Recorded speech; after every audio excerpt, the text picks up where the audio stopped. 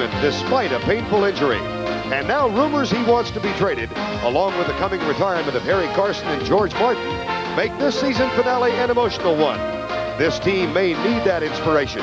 The Giants have struggled all year. We're in New Jersey for this regular season finale today, as the New York Giants take on the Jets in New York in Game 16 of the 1988 season. Much on the line for the Giants. They currently lead the Eastern Division in the NFC by 1 game over Philadelphia. If the Giants win today, they win the division. They could still lose today and win the division if Philadelphia loses to Dallas, and they could still get into the playoffs a variety of ways, among them by losing today with an Eagle victory coupled with a Los Angeles loss.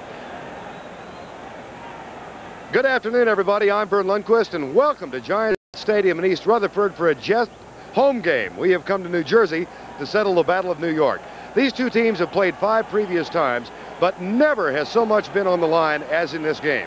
For the Giants, we've just explained a chance for the division, and for the Jets, a chance for respectability and a winning record in 1988. I'm working again today with Terry Bradshaw. Terry, the Giants come in having won 3 in a row. How have they done that? Well, they've done it running the football. Parcells said championship teams have to run the football in the East if you're going to win in December, and that's what they've done. You know, they've got 2 rookies in their offensive line and a first-year guy, and they're finally starting to come together. Sims believes in them. And one of the things I'm curious about, Verne, is to find out, they've practiced all week this week, the Giants, on their running game, expecting snow and winds and -degrees. But today it's beautiful. I wonder how long it'll take Phil Sims before he lights it up deep.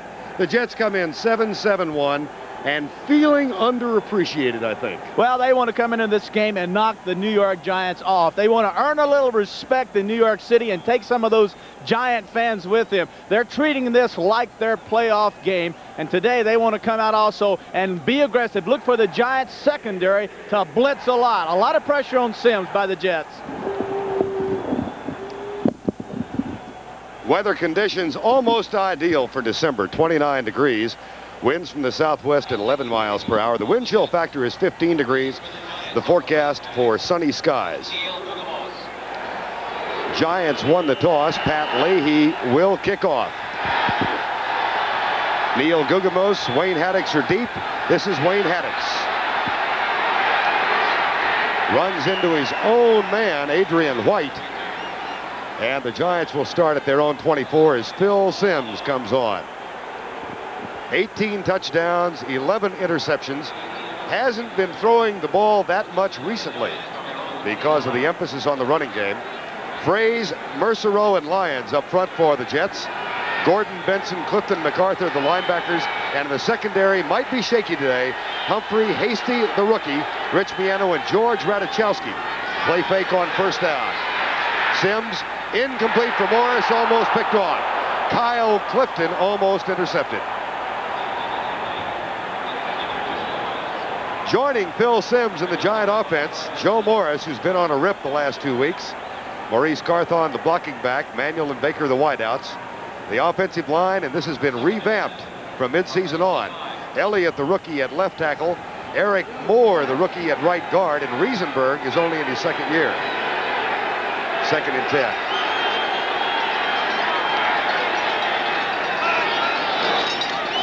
Joe Morris up the middle to the 33-yard line. The tackle made by James Hasty, number 40.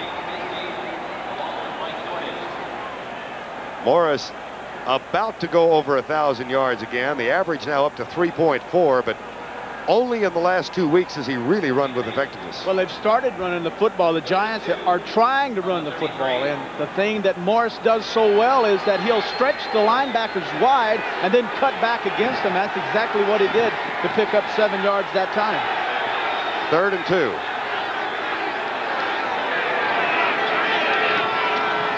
Morris, first down, Giants at the 36.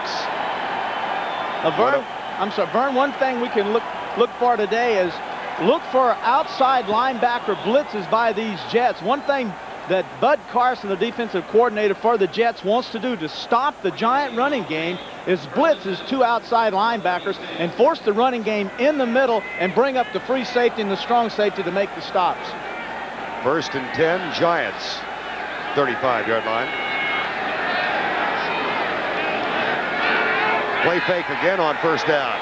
Sims goes at Hasty, left side. Pass is caught by Stephen Baker.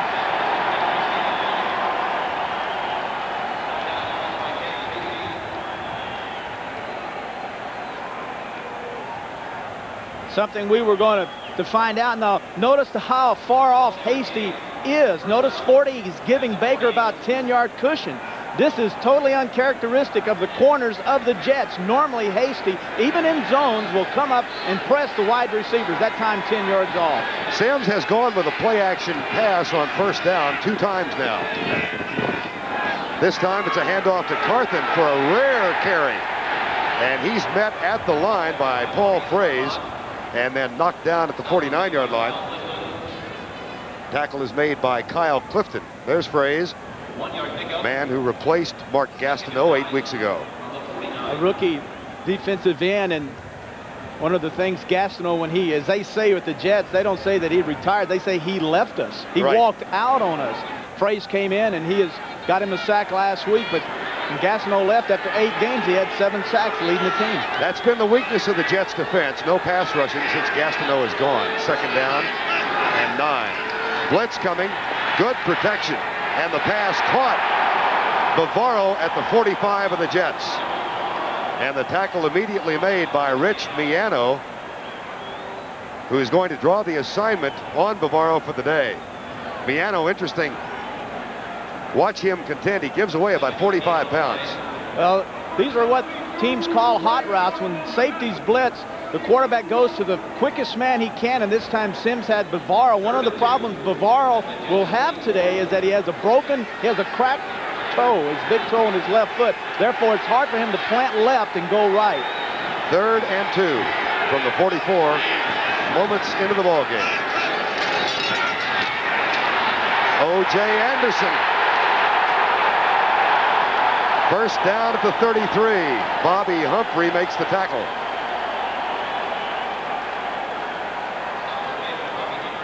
Anderson, a young Colt in this, his 10th year in the league, has really been rejuvenated this season. And the Giants like to use Anderson primarily, Verne, in all short yardage situations and goal line situations. That time he went inside and dipped outside, gives a nice spell. He's a nice counteraction to Morris. So not quite as fast, but a lot stronger.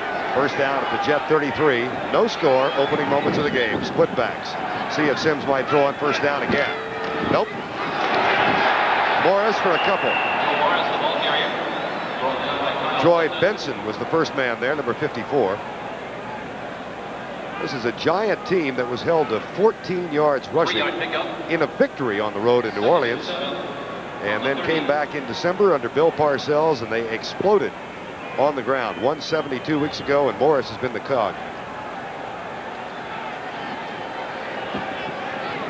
Second down, 7. No score. Corners coming up. 4-man rush. Sims deep on Hasty, left side. Tipped away by the rookie. Intended for Baker. And as you guessed, Phil Sims is going to test him early. I want you to notice the difference in the technique of Hasty this time. Notice that he's in a bump situation. A bump and run has an inside technique. He allows Baker the outside move, and that tells everyone it's man coverage, and he has him man for man. If you have any questions as to, well, at least if Sims has any questions about whether or not Hasty can run, that right there should answer it. 3rd round draft choice out of Washington State. And the Giants have not done well on 3rd down conversions. That's a key factor today. 3rd and 7, 4 wideouts. No blitz. Sims right side. Stacy Robinson first down at the 17.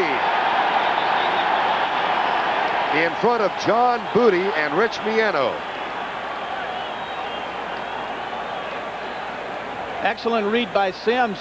Sims will actually drop and look to his left for blitz control. He'll come around and pick up his single coverage man, and this is Robinson. Miano had him deep, but underneath him that time was 48. Humphrey had him underneath. Good job by Sims. First down at the 17. Robinson, only his 7th catch of the season. I formation. Now Carthen goes left. Leads the block for Joe Morris, who cuts to the right and plunges down to the 12-yard line. before Scott Mercereau, number 94, makes the tackle.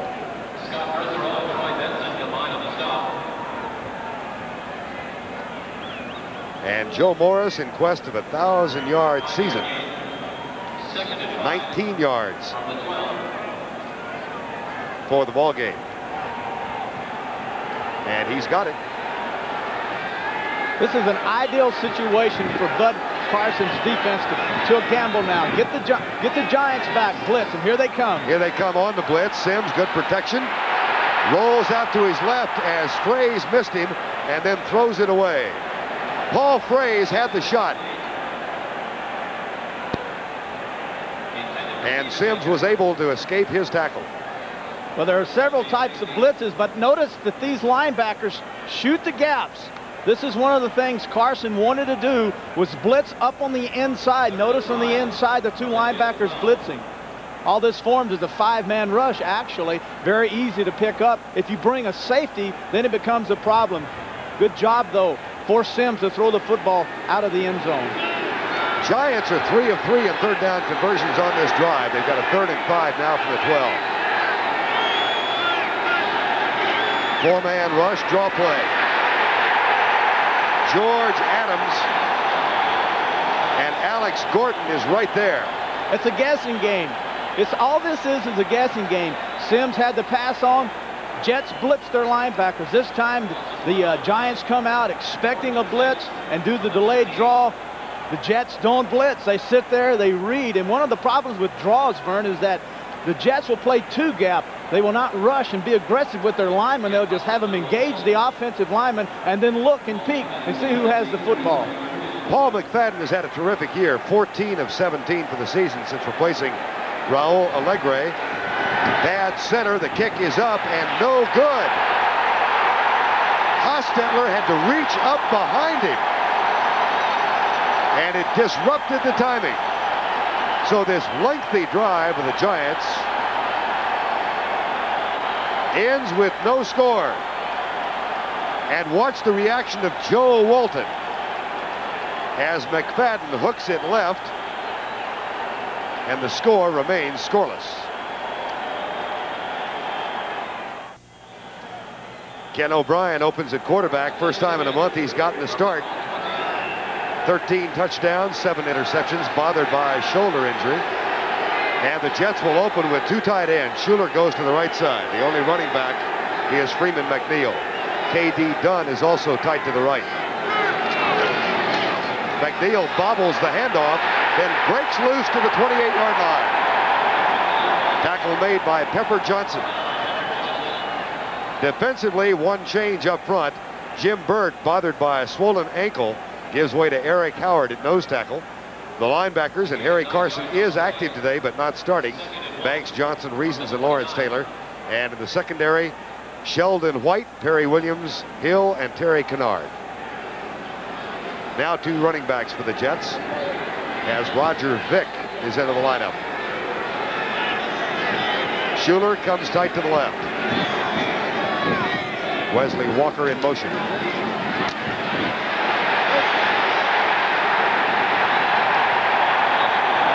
Johnny Hector.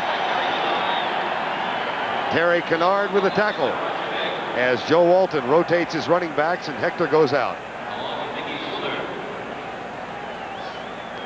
For the Jets, O'Brien, McNeil, and Vick. Al Toon voted to the Pro Bowl for the 3rd year in a row. Wesley Walker at the other wide receiver spot. And the offensive line, Jeff Criswell, who draws Taylor today. Haight, Sweeney, Alexander, McElroy, and the other Pro Bowler, the tight end, Mickey Schuler.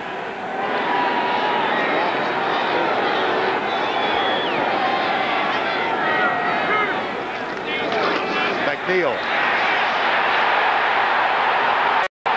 Kennard brings him down, but an 8-yard gain to the 47.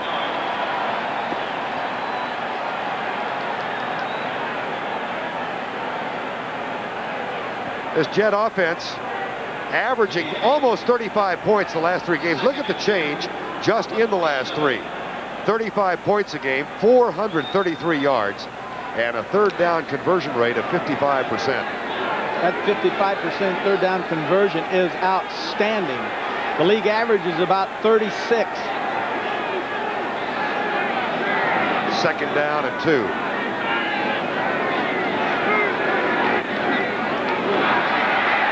Johnny Hector. One of the things we'll watch today is the blocking styles of both offensive lines. The Jets is a little bit more multiple. They will pull their guards and their tackles, whereas the Giants very seldom ever pull anyone other than their off-guard Billy Ard. But these Jets, under Dan Radakovich, will love to pull their guards and tackles and trap wide and trap short, trap inside and pull them and trap wide. 1st down and 10, Jets at the Giant 49.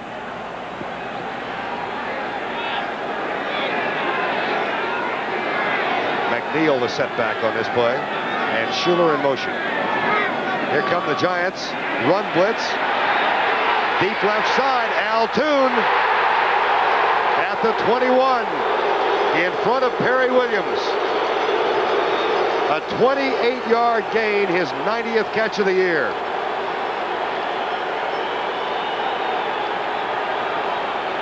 The blitz by Pepper Johnson and Lawrence Taylor from the outside. Notice that Schuler's in motion. He runs in the corner, picks up the corner, but look at Taylor come inside and is pushed down by Criswell, allowing just enough time for Toon to get around. There he is, beats Perry Williams wide open. Nice little pass by O'Brien. They handle the Giant blitz, and this has to send out a real positive signal to this Jet offensive line. Left side, Roger Vick for the 19. Williams with the tackle. How about this explosive Jet start? Well, I think Walton has to got an injury. That's Perry Williams, the right corner.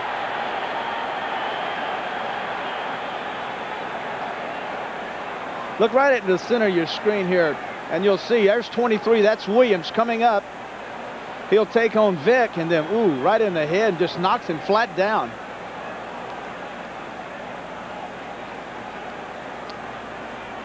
Vick, head down, and then Williams with his head down, and then Vick delivered the blow.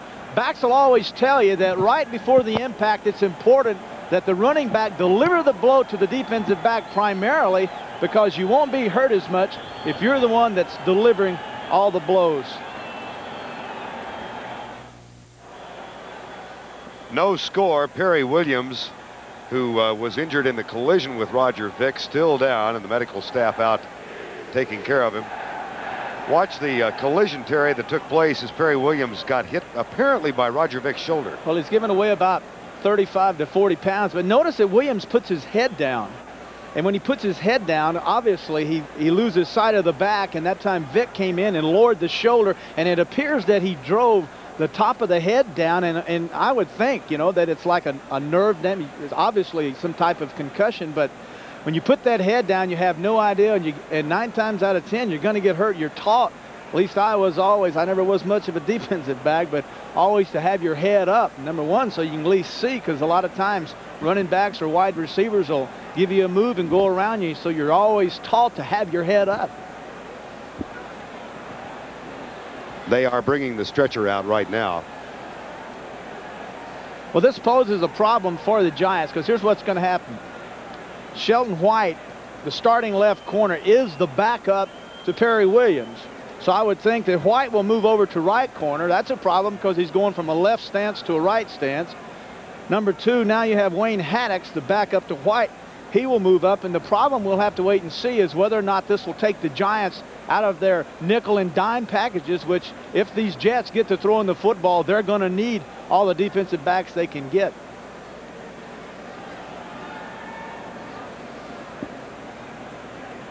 Perry Williams, the 5-year man out of North Carolina State, the injured Giant, and down at the 19 after the collision with Roger Vick.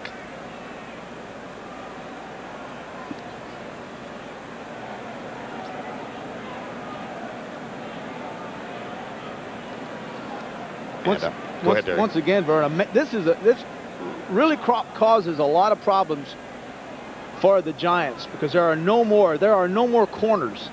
There are no backups left. All they have now is Tom Flynn at free safety and Adrian White at strong safety, and Guggemos 41 hasn't played all year. So you have no experience now at the corners, and you can't afford now to lose White or Haddix. If you do, now you're going to take a safety and put him at corner, and that is not at times you support with corners and you've got major problems then.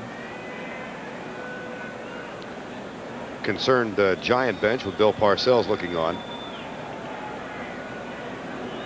And Perry Williams, and obviously with any kind of a head injury like this, they will take great care. Well, there's so many nerves coming down that neck. I broke my neck many years ago in Pittsburgh, and I know how frightening neck injuries are. And when I see this, I chills run up my back, because you never know. I look to see movement, and I did see him move his hands and his feet, so that's a good sign. And hopefully it's you know, worst thing, a mild concussion. Perry Williams.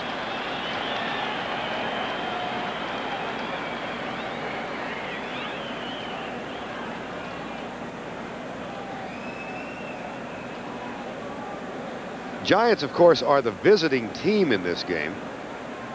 And it's the shortest road trip in the NFL. They had to make a trip of some 60 yards to the near sideline. They did not change locker rooms. They are in their regular locker room here, so that is where Perry Williams will be taken. And the Jets, of course, also have a full-time locker room here, and they are in their own. But the Jets don't practice here. The Giants do. This is really, the Giants feel like this is their stadium, and they have all their facilities, weight rooms, and everything are right here.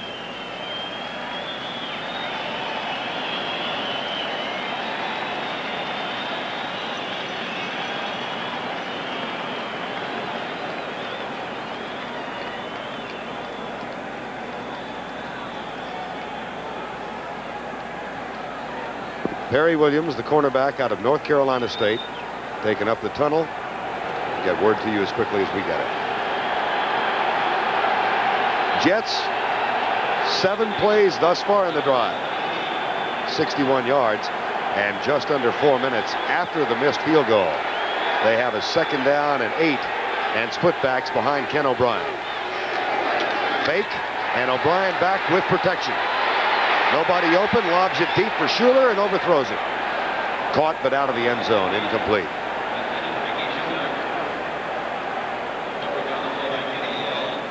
Third down.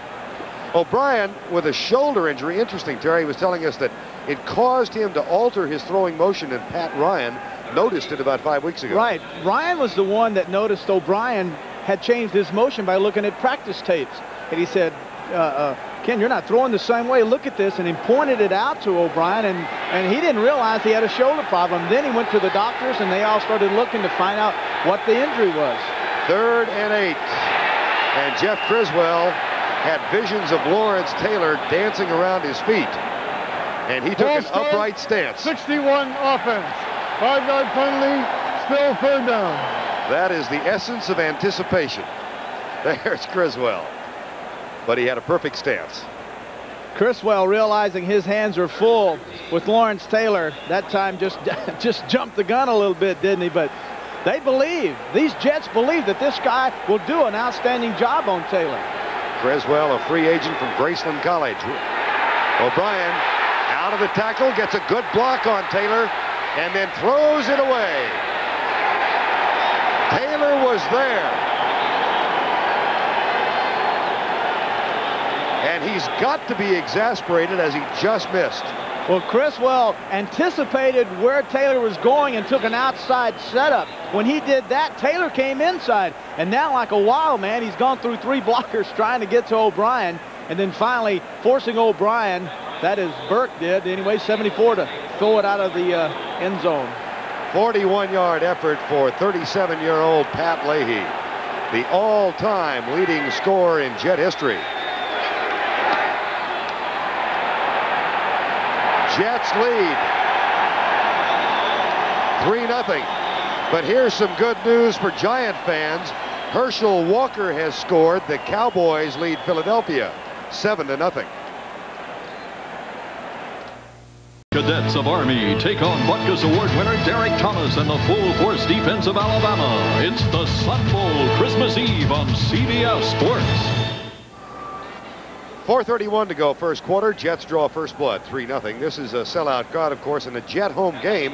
But even the Jets were telling us they expect about a 60-40 split today, with almost half the crowd being Giant fans. And it's You know, it's funny that this is primarily a Jet crowd, but the fact is, when both teams left, or when the Giants left, they got a rousing stand applause, and then when the Jets went off, they were booed. Good news from the Giant locker room. Perry Williams is the victim of a pinched nerve in his neck. Nothing more serious than that is the report.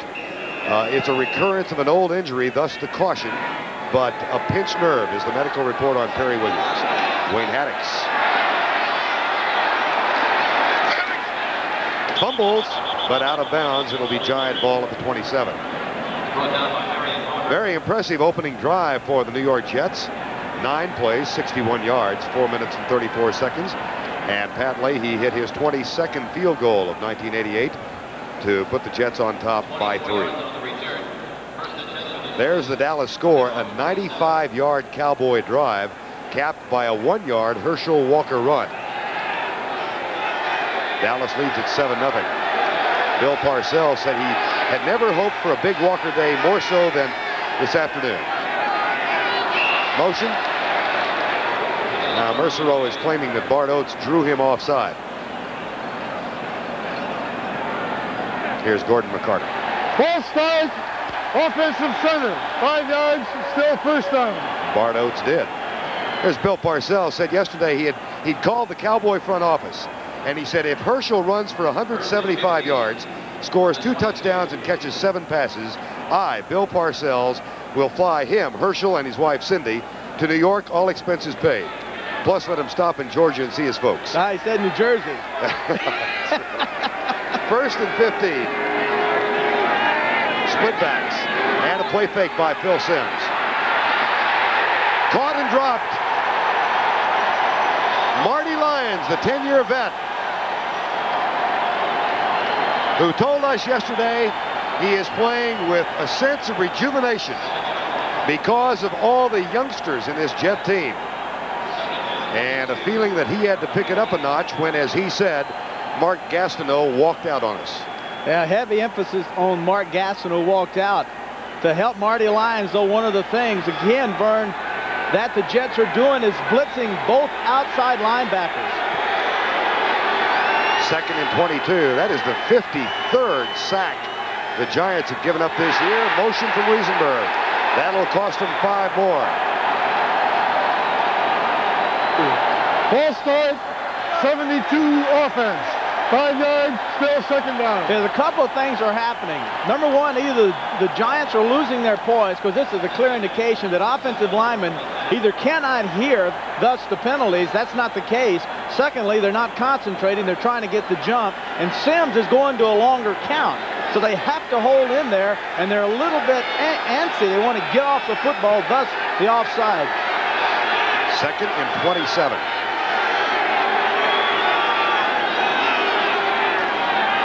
Joe Morris with Ard in front. Banged out of bounds by Rich Miano. Miano, an interesting story, just a sidelight to the game. Last week, the Jets played here, which is their home stadium. He left his shoes out at Hofstra University and had to borrow some from the Giants trainer. And he liked the shoes so much, he's wearing them again today. But he said he took special precautions to tape up the Giant blue. Those are Giant shoes. Obviously, he doesn't have a shoe contract.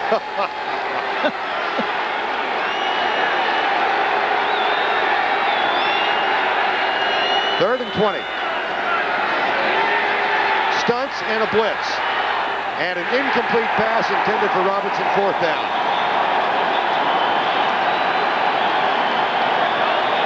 Miano, strong safety coming up, getting inside of the line of scrimmage. There was no guesswork as to whether or not he was coming or not. Very easy for Simms to read. But the thing is, the Giant routes were only 4 yards down the field. Even if Robinson had caught the crossing pattern, he would have been tackled for a 4-yard gain, and they needed 16. JoJo Townsell returned one for a touchdown last week, and he's got the best return average in the league. Maury Buford back at the 2. Return on all the way, and a fine punt. Nice spiral taken by Townsell at the 39. Gets by Gugamos, and then is knocked backwards as he reaches the 45-yard line. George Adams made the tackle. 44-yard punt. 7 on the return for Townsell. First down, Jets with a 3-0 lead. 44 yards on the punt.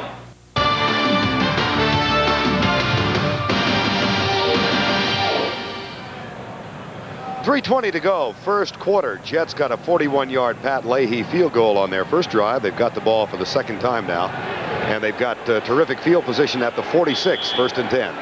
Jets trying to go 8-7-1 in 1988 and win their second game in December, something they've not done often in recent years. Yeah, they want that winning record.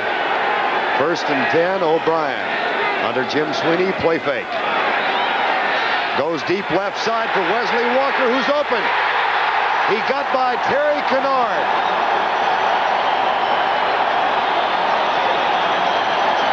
That is a 37-yard gain. And O'Brien told Terry and me on Friday, we need to get Walker involved more. Right. And talking to everyone, they say, well, is Walker finished? Absolutely not. He's been wide open all year. We just have not gotten the football to him. Well, he averages 26 yards every time he catches it. And the thing that I'm impressed with is that O'Brien is hanging the ball up and the wind's not having an effect on it. First down, one running back, a double tight end set. Freeman McNeil comes left. Turns the corner and is out of bounds at the 11-yard line as Kennard forced him out. McNeil came in with a personal goal. If he gets through this ball game, it will be the first time in his illustrious but injury-marred career that he has been able to play in all 16 games. Never has done it before. And as a sidelight, he needs 101 yards today to go over 1,000 for the season. Yeah, and he's swat. You know, Johnny Hector will come in and spell him. They consider Hector also a starter. So McNeil will run a couple, then he'll go out and Hector will run a couple. And that probably has helped McNeil's longevity this year. Schuler, the motion man. The toss to Vick. Nice pressure from Taylor. And then Vick fights and grabs and scratches down inside the 10 near the 8 before Gary Reasons, number 55, makes the tackle. Notice that Taylor will come in right now, and then the cut block right there. Taylor will be knocked completely off his feet. This is something the Jets want to do to Taylor, using their fullback. Coming in that time, Hector knocks Taylor completely down, allowing the back that time, Vick, to run. Split backs on 3rd and 1. Marion Barber is the motion man, number 31. Lays the block, and that'll be close. It was Barber coming from a flanker position who led the way at Pepper Johnson before Johnson, number 52, made the tackle. And now the spot.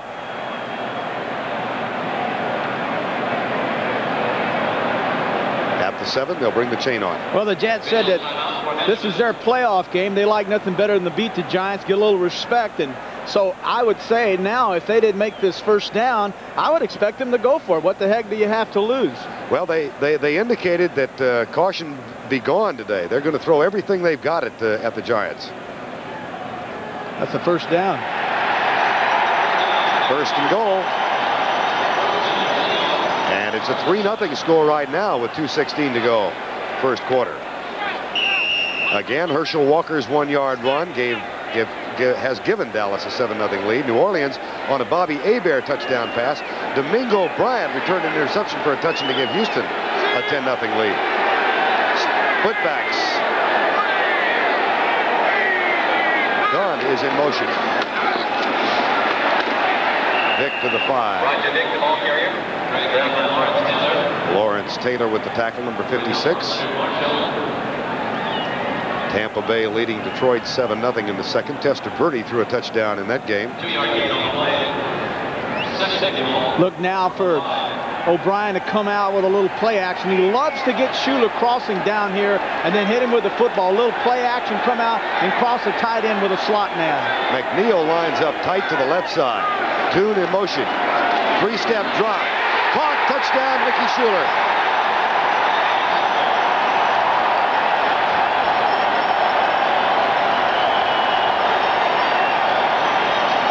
And the 11-year vet who is going to the Pro Bowl for the second time in the last 3 years grabs his 5th touchdown catch of the year. Schuler lined up as a slot back right in the center of your screen. Comes down outside, goes inside, and he's wide open. No play action, just stand up, little quick slant. There he is. Schuler 5 yards from O'Brien. Leahy with the extra point. Snap is high, but the kick is good. And with 1:22 to go in the first quarter of play, the underdog New York Jets have taken a 10-0 edge on a Giant team wanting to win the division championship. Now you're looking at Schuler, and the thing that Schuler allows, that time he didn't get into his tight end position for the play action. He went out wide as a wide receiver, and that's one of the things that a receiver like Schuler, a tight end who has the ability to get out wide and run routes from a flanker or a wingback position. That's what he does for your football team.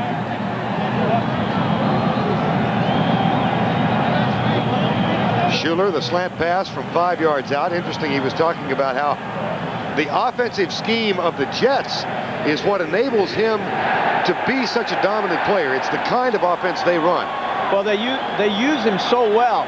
He's a motion man like an H-back. He's also a motion man and sets up like a wingback back off the line of scrimmage. Also, sometimes even in the backfield. But the Jets do an outstanding job of utilizing his skills so very well, not just as a blocker, but as a receiver from all over the football field. Mickey Schuler says he has a technique for his ability to catch all the passes. He said you catch the ball, then you open your eyes, and then you run. That's right. And young kids were asking him what his secret is, and that's what he told them. I catch it, I open my eyes, and I went, oh, my feet are on the ground, away I go. Leahy will kick it. Guggemos will take it. And he is down at the 25-yard line. John Galvin makes the tackle of a 23-yard return. Key down, many will argue it's first down. And look what's happened on first down so far. The Giants have averaged 2 yards, and the Jets, primarily because of the 2 big pass plays to Toon and Wesley Walker, a 13-yard first down average. Well, because of the weather here today, I think the Giants are taking advantage of it, and they've gotten away from the running game. I would look for them to go back to it now. And off to Joe Morris, jammed up, breaks a tackle, and he's out to the 28-yard line. Giants, of course, have played very well here in December. Not so for the Jets. Bill Parcells' team, he wants that ground game, and they've really had an excellent December record. Let's compare the two. How about the Jets under Joe Walton? Since 1986, well, in December, they're 1-8. How about Bill Parcells? Been some Gatorade showers. They are 8-1. Those are the records for the respective teams in December since that man and Bill Parcells took over as the head coaches. Second down and 6. Power sweep. Morris, first down at the 37-yard line. As the final 20 seconds of the first quarter evaporate. Morris is one of the few backs that can get outside and does get outside. You'll see all the great backs, even O.J. Simpson, when he got his yardage, it was primarily off right tackle and then cutting back. But notice Carthon leading the way out wide with Morris and allow him to get on the perimeter and run with the football wide. Joe Morris has 39 first quarter yards, but the Jets own the scoreboard. It's the Jets 10 and the Giants nothing at the end of 1.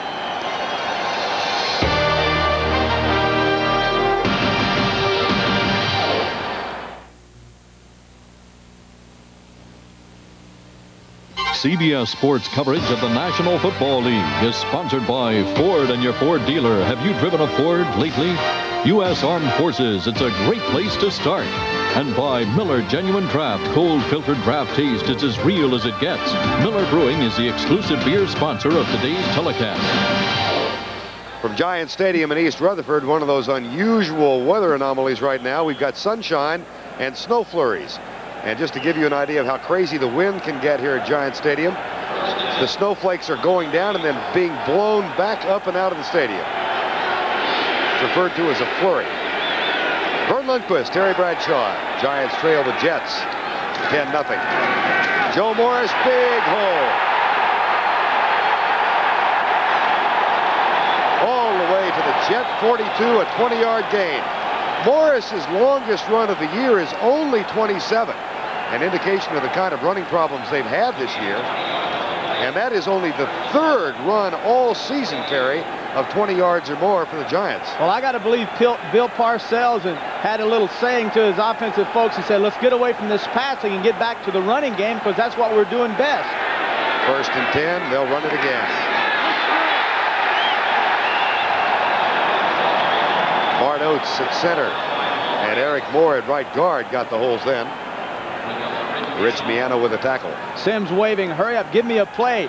Now we can get ready to watch the blitz by the Jets. They have not blitzed their linebackers, and now the Giants have been able to blow them off the ball and run successfully. So now to counter that, look for Carson to come back and blitz his linebackers to stop the run. 2nd down and 2. Morris to the 30. Kevin MacArthur, number 57, makes the tackle.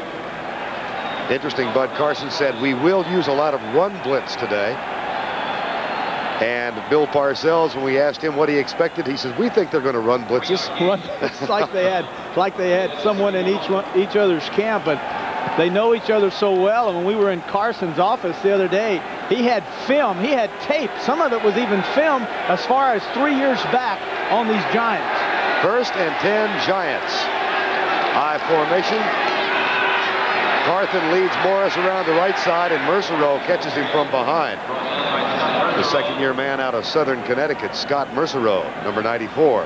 Hey, Mercereau has really come on strong. Got him a sack last week, and he's a nose tackle that has really become an impact player at nose tackle. And if we see today that Bart Oates is having trouble handling Mercereau by himself, then we expect Ard and possibly more to start doubling the nose tackle, and then that'll help the Jet defense free up one of their linebackers. George Adams in the backfield now for the Giants on 2nd and 8. That's Adams in motion left. Sims back, pumps, he'll run. 1st down at the 17 before Paul Fraze caught him from behind. And that's a gain of 13.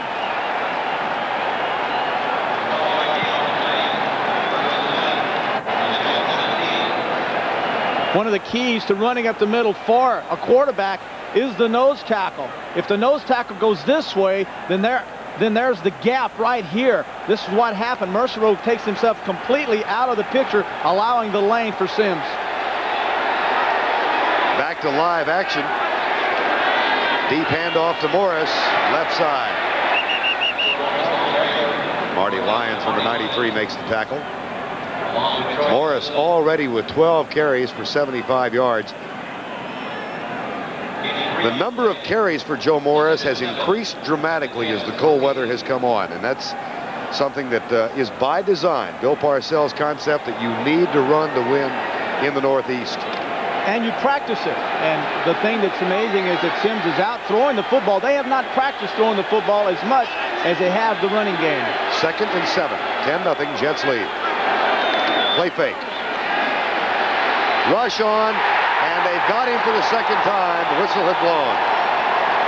Marty Lyons, who said, I know I didn't play well a year ago. And he said he went down to Alabama, his alma mater, and spent 6 months working with Rich Wingo, and it really helped his attitude. Well, one of the problems is Sims is in play action. When you're in play action, you have a hard time picking up the blitzing linebackers.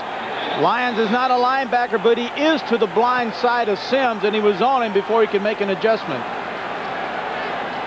A career high of 7.5 sacks and 2 this afternoon. 3rd and 19.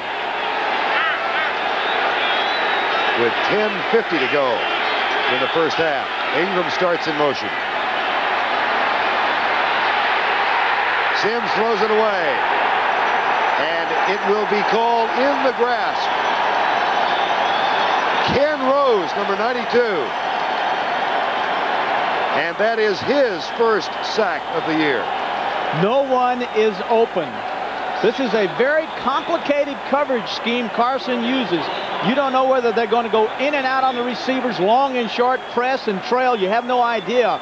But that time the Giants, with their deep crossing patterns, took too long. Sims had no one open. All of a sudden, Rhodes has him for the sack. And those back-to-back sacks have made this a 49-yard effort for McFadden. Short.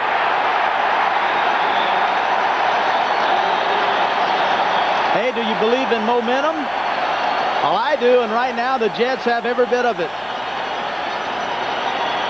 For the second time in the first half, Paul McFadden, who had missed only 3, has missed here.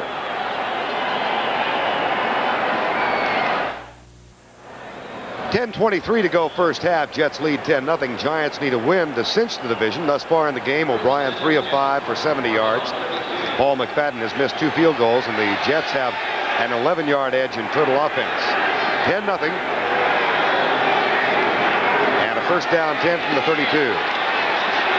O'Brien deep right side. Caught at the 41. That's Schuler again. Of course, the Giants can still win the division if they lose today and if Philadelphia loses. And the Eagles are playing down at Texas Stadium. Luis Zendejas of the Eagles has just kicked a 37-yard field goal. Dallas still leads it 7-3. One thing we're going to see a lot of, if in fact the Jets and O'Brien want to throw the football, one of the things to look for is this: they will not take any 7-step drops, no deep routes. They will do all their deep throwing from 5 steps, and obviously the reason is to set shallow, form a nice pocket by the lineman, but allow O'Brien the time to get rid of the football quickly, mainly because of the presence of Lawrence Taylor. First down on the last pass, caught by Schuler. He lines up in a wing to the left side. Giants look like they're blitzing, and here they come on the run, and Vick bounces to the outside and is caught and driven back in a posse headed by Lawrence Taylor, and Terry Kennard was down in the middle of that as well, number 43.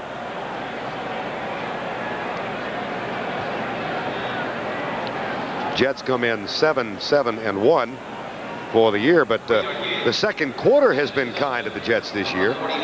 More than a 2-1 edge in scoring in this quarter.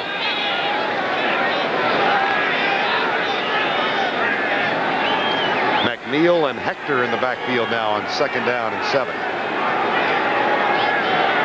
Jets lead the Giants by 10. 9:08 to go first half.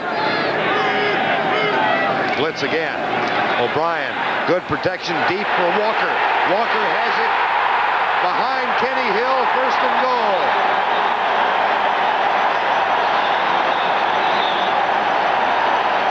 A 49-yard gain, the third huge pass completed by O'Brien, and the second big play caught by Walker. Notice the blitz by Pepper Johnson and Lawrence Taylor, but O'Brien is only 5 yards deep, and one of the routes they want to get Walker on is the deep corner. They believe their receivers can beat these Giant safeties on corner routes, going into the post and back out to the corner of the end zone. That's exactly what Walker did.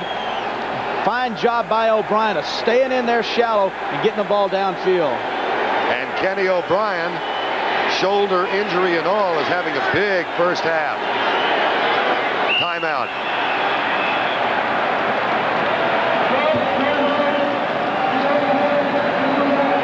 O'Brien is 5 of 7 for 129 yards.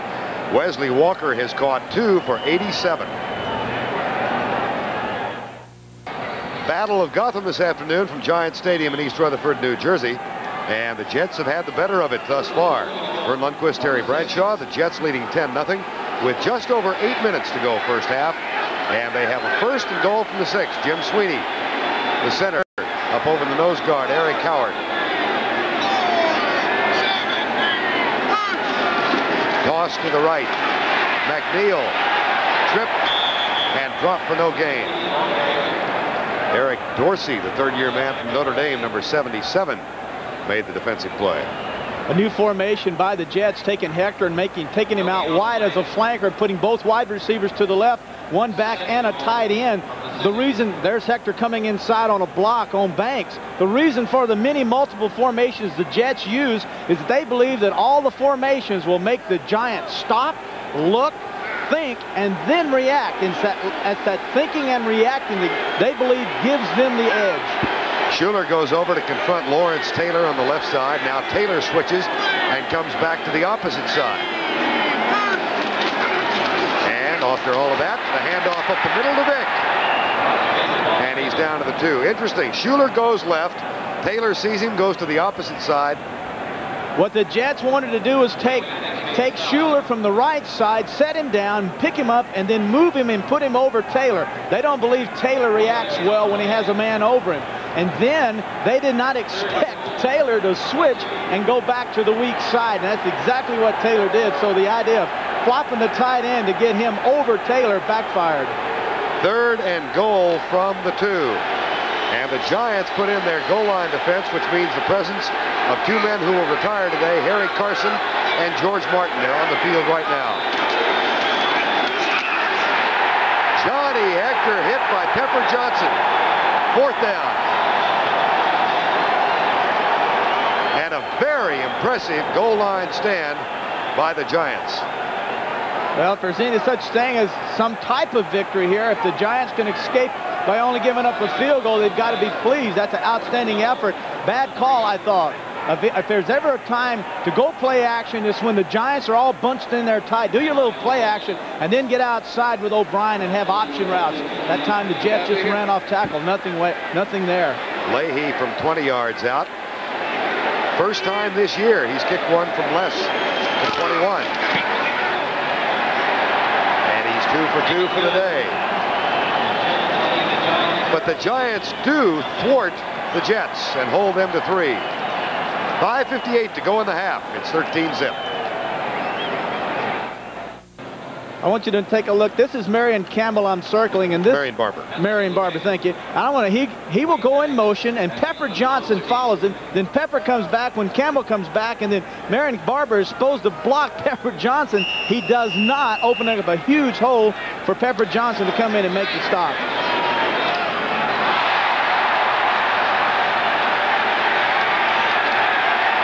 Catch is made. The tackle made almost simultaneously at the 19. Carl Howard makes the stop. Philadelphia, Dallas, key game. Let's go back to Brett Musburger. Verne, it is 2nd and goal for the Philadelphia Eagles after a 10-yard holding call. Randall Cunningham, he's got Keith Jackson, touchdown. And now the Eagles lead the Cowboys for the first time today. It's 10-7. Let's go back to Verne. All right, Brandon, of course, if the Giants lose today and the Eagles win, the Eagles win the division by virtue of having swept the series over New York. Play fake on 1st down. Sims back. Settles. Almost picked off by Marty Lyons. What a big game he's having in the first half. Oh, this can get frustrating even for a veteran like Sims when you have had very little good things happen to you in a big game like this. All of a sudden your confidence level starts to go down. A little play action. Sims trying to get the ball over the line of scrimmage to Joe Morris, and then Marty Lyons coming in there, doggone near intercepted the pass. Marty Lyons with 2 sacks and a knockdown, and it's 2nd down and 10. 5:44 to go, first half. Sims only 3 of 8 for 32 yards. Blitz. Sims out of it. And runs out of bounds with a moderate gain at the 20. Carl Howard had come on the blitz and was right in Phil Sims' face. So many times you'll hear us talk about there are 2 areas on the field you like to blitz. Once going in to score, and then once when teams are backed up. The Giants are backed up, and now the Jets would like nothing better to really back them up. Howard, 28, with the safety blitz, misses Sims, and then finally is forced out of bounds. Carl Howard, now in his 5th year, stays on the field. 3rd down and 10. And now you got to start thinking blitz here. They're going to blitz me there, and it really becomes a problem for a quarterback having to worry all the time about blitzes. Sims has been sacked twice. Stunts instead of a blitz. Sims across the middle. What a hit. And that is short of the first down at the 29. Mark Ingram made the grab, but he was popped. And now a discussion as Carl Howard looks on. Was it a catch? Ingram, 82, would just run straight across the middle. Fine throw by Sims. One of the routes they wanted to run on these guys was crossing routes. Rule completed pass. 4th down. The ball is actually on Ingram's shoulder pads, and he holds on to it. His body's on the ground. He's down, and while he's rolling, eventually the ball touches the turf, but he has the catch. JoJo Townsell back to return the punt. They whistled it dead prior to Buford's kick. The play is being reviewed. All right. You know, it really doesn't matter how you hold the football, if you hold it on the tip or in the middle, but as long as you... Complete. 4th down. Okay, as long as you have control of it, and this is what they're looking for. You look again. Ingram, 82, makes the catch, is hit, goes down on the ground. The ball sits on his shoulder pad. His elbow is down, and he has control of the football. That's a completion. Now Buford on to punt. JoJo Townsell at the 25. Great punt. Fair catch, Townsell at the 16-yard line.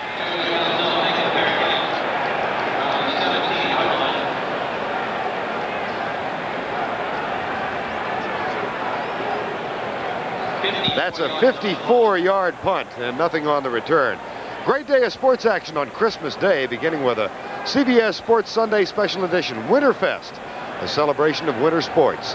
Coverage includes World Cup skiing and the World Junior Figure Skating Championships from Europe. Then it's the NBA on CBS as the world champion Lakers take on the Utah Jazz. Christmas Day, beginning at 2 o'clock Eastern Time. 4:45 to go first half. 13-0. Jets lead. O'Brien into the flat for Vick. And out of bounds at the 24-yard line. Pepper Johnson forced him there. That's a pass that I'm going to bring up again later on this telecast. That pass out into the flat to Victor is a screen, but it's primarily is designed to throw the ball deep into the corner to the wide receiver. If the linebackers drop deep, they throw the screen. That's what happened that time, and O'Brien hits Victor out there for a little screen. If the linebackers come up, then we can look for the deep corner route again to the wideouts. 2nd down and 3. Deep left side for Toon. Incomplete, as he had split Terry Kennard and Wayne Haddix. You know, the weather might have been much worse than it is. We're in the upper 20s. They expected a lot of snow, wind gusts, and yet I would think, Terry, it's a little difficult to grip the ball in weather like this. Well, this weather is not so bad. If the wind was blowing a little more, Verne, I would say yes, but right now this weather's not so bad. Now, in the second half, it can get very bad. It can change, and I expect it to get much colder and the wind to pick up. And if these Jets can drive down and get another touchdown, they are really going to be in the driver's seat because the Giants will be forced to throw. 3rd and 3. O'Brien across the middle, caught. First down at the 30. Mickey Schuler again.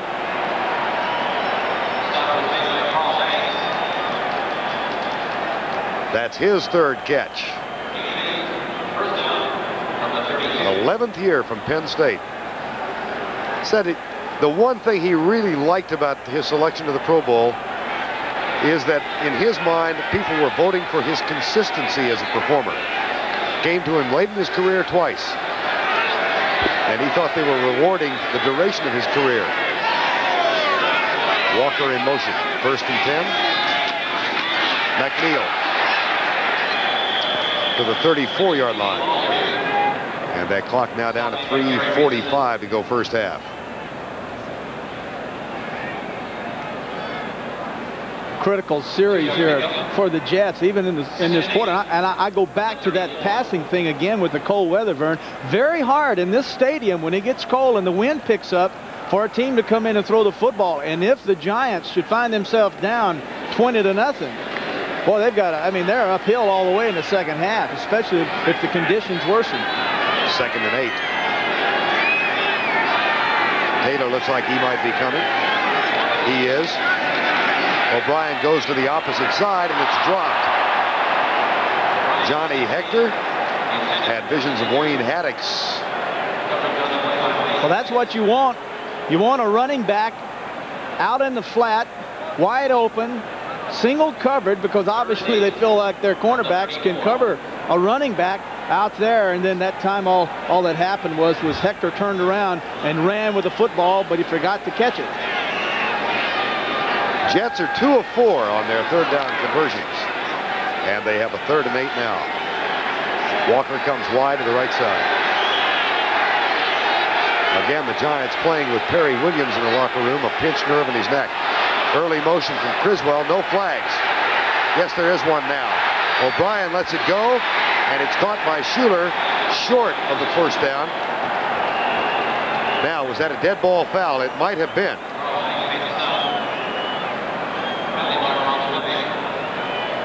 No.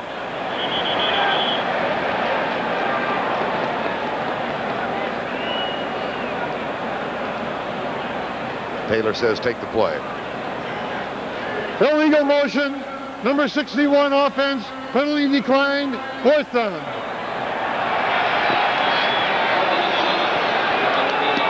So the Giants will get it back with just under 3 minutes left.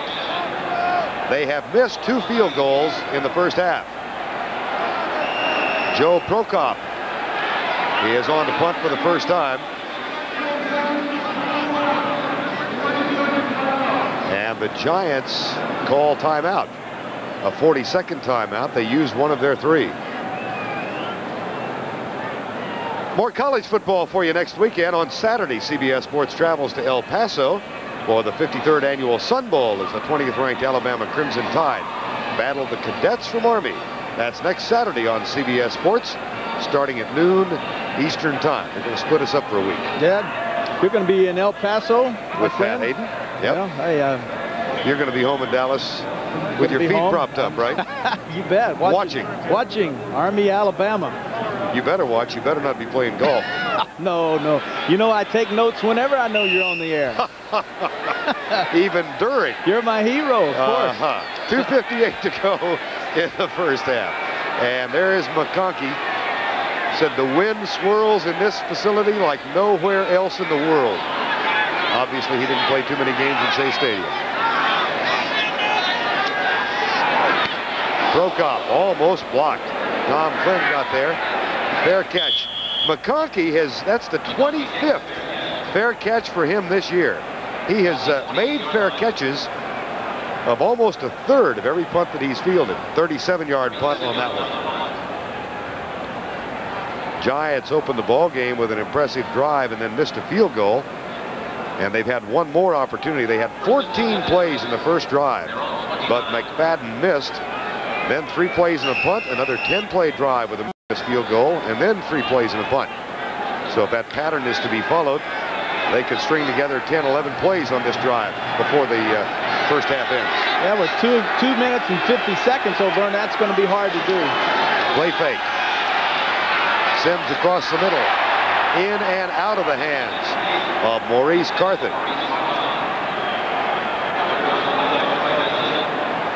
On that last possession by the Giants, when Sims was forced to scramble, got a little testy when he went out of bounds and slammed the ball down to the surface. He might be getting a little agitated back there. Well, frustrated would be a better word. They've been down twice, 2 really nice drives, 2 missed field goals. They cannot run the football. To score now, they've got to throw the football. They've had no success throwing the football. Again, if the Giants win, they win the division. 4-man rush. Flags are down, 2 of them, and so is Sims. Ken Rose, that's his 2nd sack today.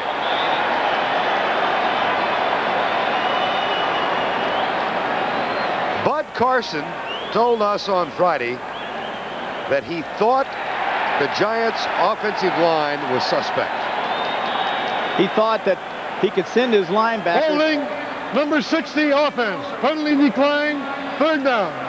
That's Eric Moore. He thought that his linebackers cut out quick the big tackles. He thought the tackles of the Giants were a little slow of foot, and he could use his quick linebackers to get around. Now, let me make something very clear here. This Rose guy is a third-string linebacker. He's not even a second stringer. He's a third stringer, and he has been putting a lot of pressure on Phil Simms. 3rd and 20. Blitz from the outside. Flag is down, so Simms.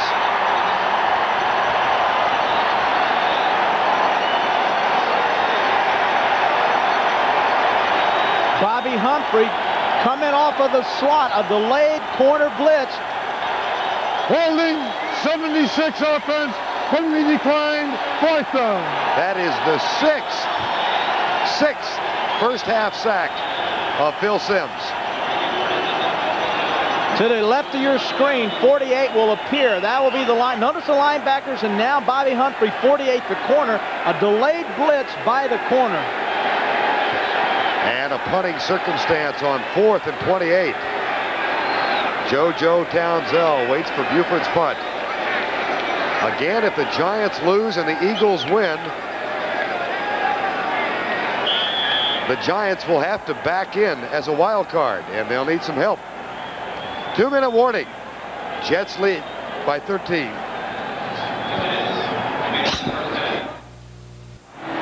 Two minutes remaining first half. Jets lead the Giants 13-0. And that is a concerned Giant bench. Trailing by 13, and the Jets about to get another scoring opportunity. 4th down and 28. Townsell waits at his own 40-yard line.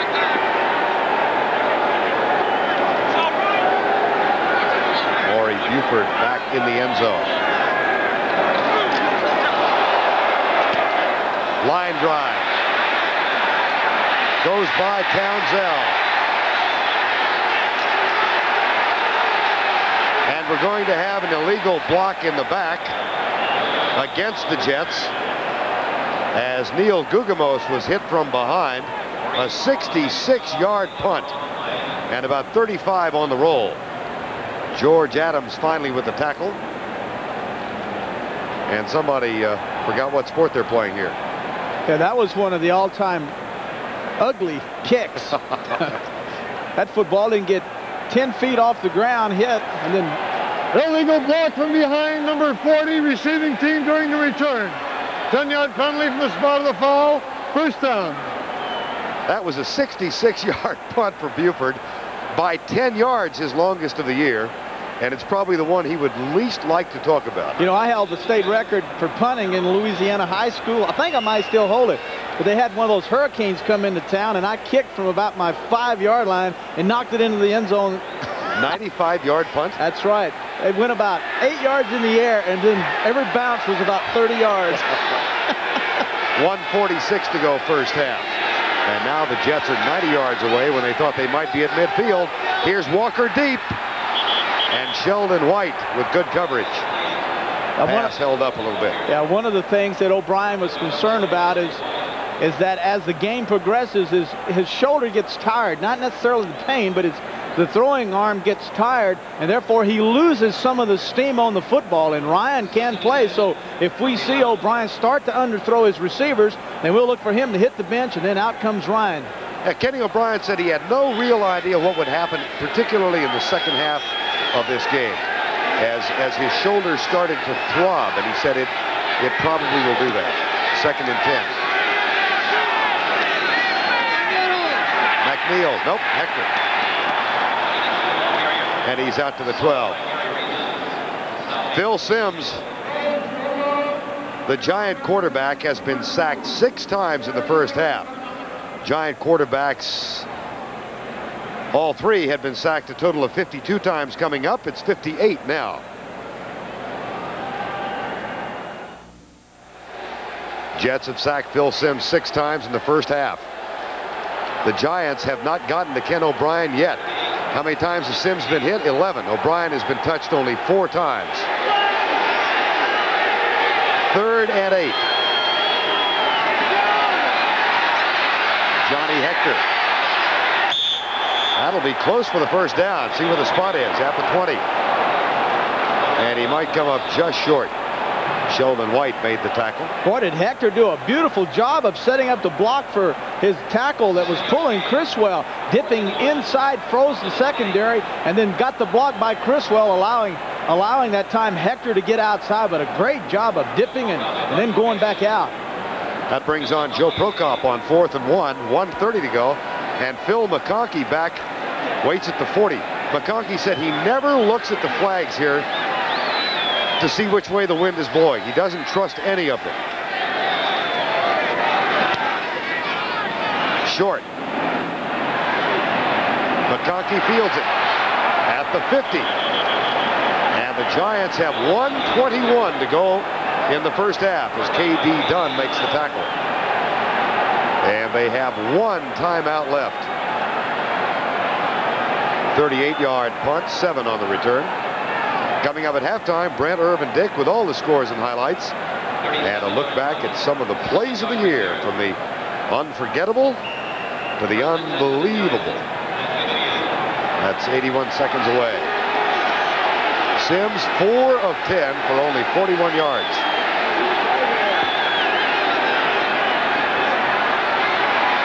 Deep right side, triple coverage, incidental contact, no flag. Bavaro argues his case. First man Bavaro has talked to in 3 weeks.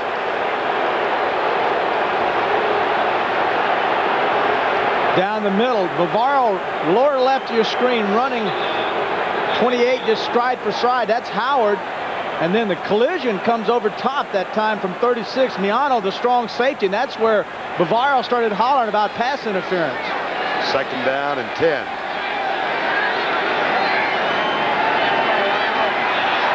Sims will run. And he got out of bounds with the first down at the 33. Bobby Humphrey forced him there. That's a gain of 17. And the second time that Sims has had to scramble for first down. When you go into man coverage, which is what the Jets are doing, there's no one man that is covering the quarterback. So therefore, when the quarterback starts running with the football, there's no one that's responsible for him. That's why quarterbacks like Randall Cunningham run for so much yardage. Sims is doing that now, and by his scrambling, he will force the Jets to jump into zone if he continues to run with the ball. 1:08 to go first half. 13-0 Jets lead. 4-man rush. Sims, man open, Lyle Emanuel, his first catch of the day, and that's at the 26. Bobby Humphrey makes the tackle, and the Giants have one timeout left. They will not use it now. There's Manuel peering in as Sims calls to play. Clock at 48 seconds. Handoff, George Adams. Nice call. Mixed it up, first down at the 16. And now the Giants use their final timeout.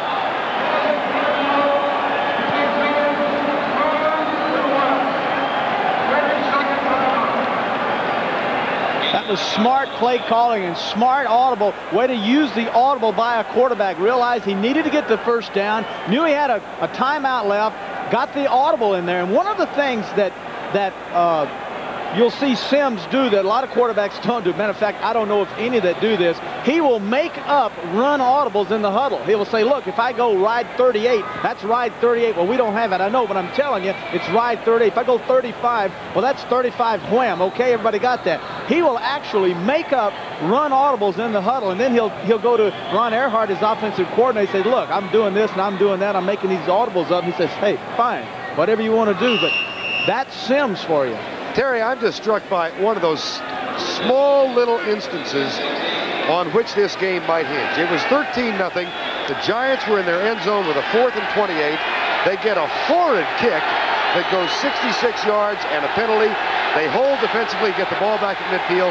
Now they have a chance to score. That 66-yard punt might turn out to be really significant. That catch made by Valaro at the 5.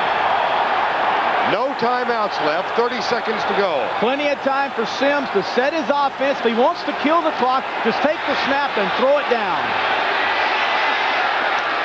No. There's no route call.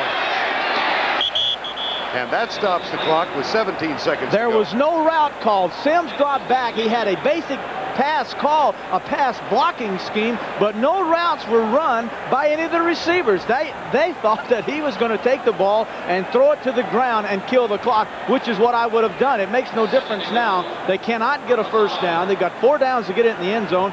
Kill one, throw it away, set up, go in the huddle, and didn't call a play. Maybe his receivers thought he was calling a run audible. Well, no, I don't think so. I don't think so at all. 2nd and goal.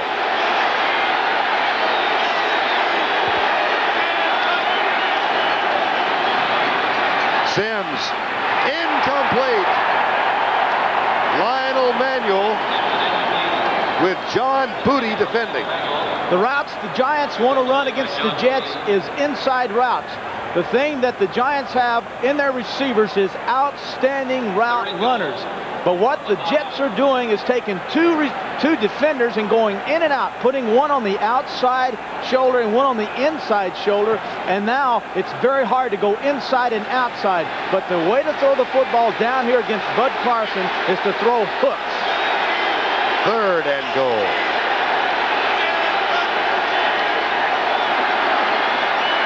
Hook. Caught. Touchdown.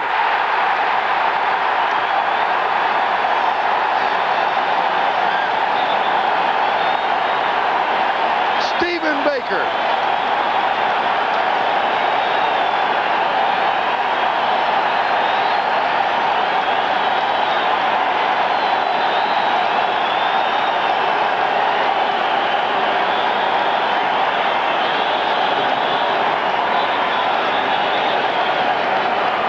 When they start writing about this one, remember that 66-yard punt. McFadden's extra point is good.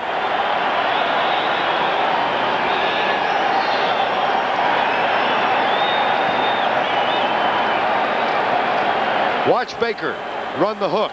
Sims checks blitz to his right, sets up, now turns to his left. Baker, 85, comes into your frame. And what did he run? He ran a hook. I'm telling you, that's how you do it when they go in and out. It'll be to the right of your screen. Notice Sims peeks to the left, to his right for blitz control. Now turns around and Baker comes inside on a hook. And we're talking leaders.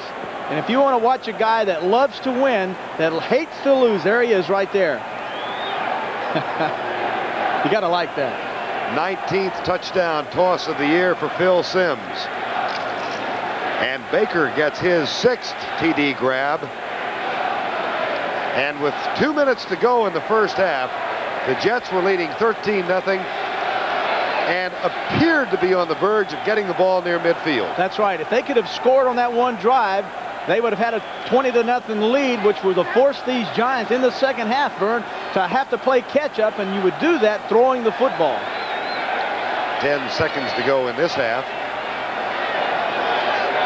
And McFadden will kick it deep to either Bobby Humphrey or JoJo Townsell.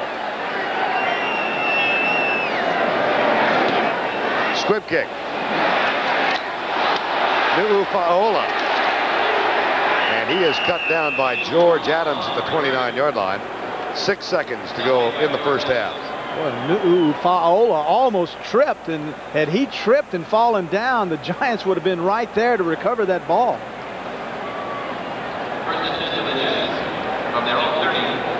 Again, the Giants, if they win the division, regardless of what the Eagles do.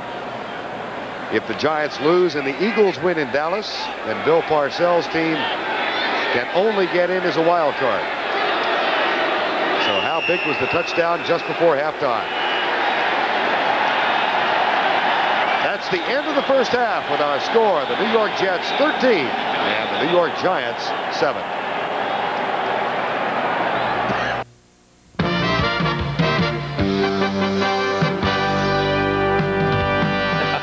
Welcome back to New York. Okay, my two experts assure me that the Giants are all right. They're going to win this game. So what happens? The Jets lead 13-7. And in case you tuned in a little bit late, this was O'Brien to his tight end, Mickey Schuler, and the Jets built a 10-point lead. But really, it has been the Jet defense.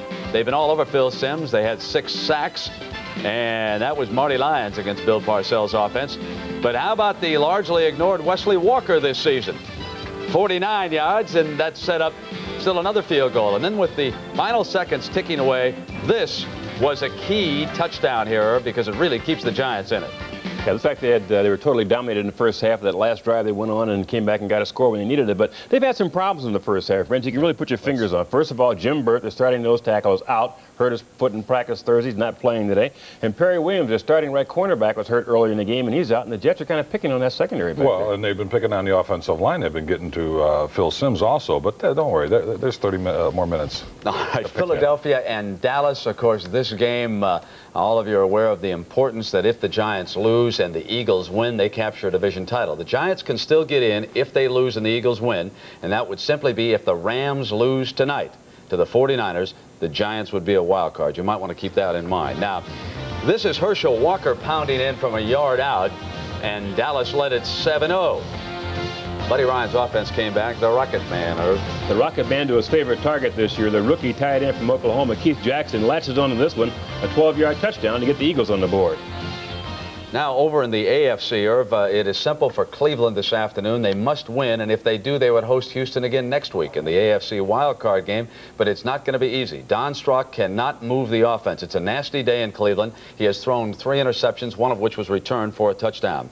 Buffalo leading Indianapolis. The Colts need a win plus a combination to get in the playoffs. New Orleans over Atlanta right now, 7-3 as they get ready to start the second half. And, Dick, what a great run here by Buford George. This was like a delayed, and Buford George just, bounces off of people, and here Andre Bruce tries to block tackle him and not put his arms around him, but so Buford keeps going. It looks like a fumble here, but it was blown dead. And then they get a touchdown pass from Hebert. Yeah, and it's been tough. The last couple of weeks they haven't been scoring as much as they would like inside the 20, but right here he hits Zelton and they pick up a 13-yard score. I think all of you, what a roller coaster ride the whole season has been, not only for teams, but also for players, none more so than Vinny Testaverde of the Tampa Bay Buccaneers. 3 more interceptions, but Vinny also has gotten the ball into the end zone, like this pass right here to Carrier. Irv, I got to ask you, on this one interception, who do you think he was here? Doug Flutie? Let's take a look. What is he trying? What does he see, do you think? One of the problems he says he has is, whoops, a little dump pass that didn't work. The biggest problem was the fact that his former Miami teammate Vinny Blades was standing right there to intercept it. Pittsburgh and Miami, that one is 20-17. Dick and Irv have got the plays of the year coming your way right after these messages from your local stations.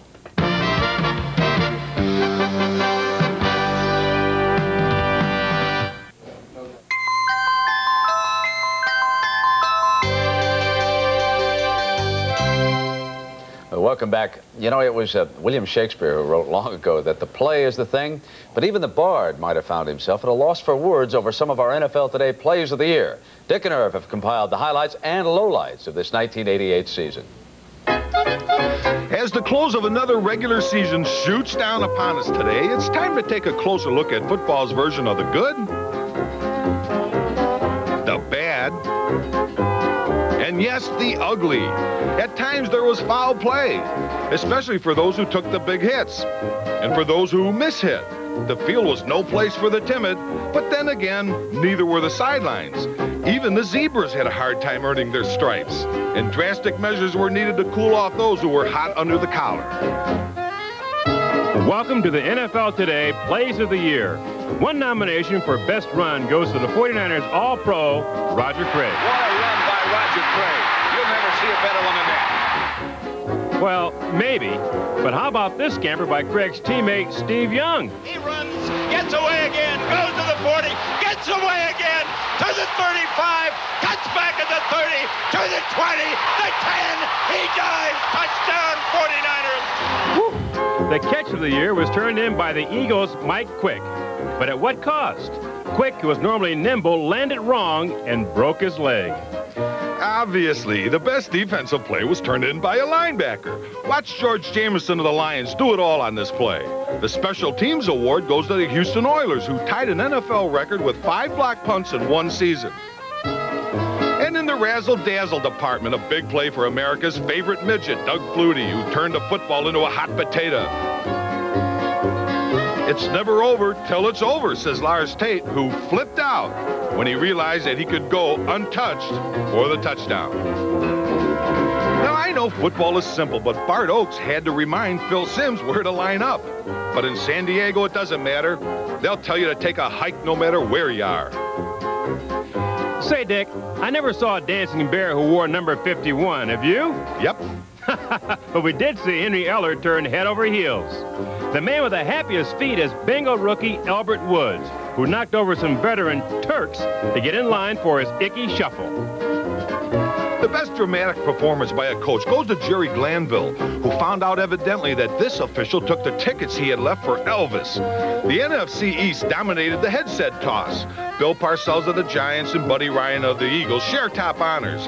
But the tiebreaker goes to Ryan for the year's earliest exit by a head coach. If he could have spared but a second more, he would have seen a display of Eagles winging it. Later that day in Kansas City, the Jets tried an emergency takeoff of their own. He runs,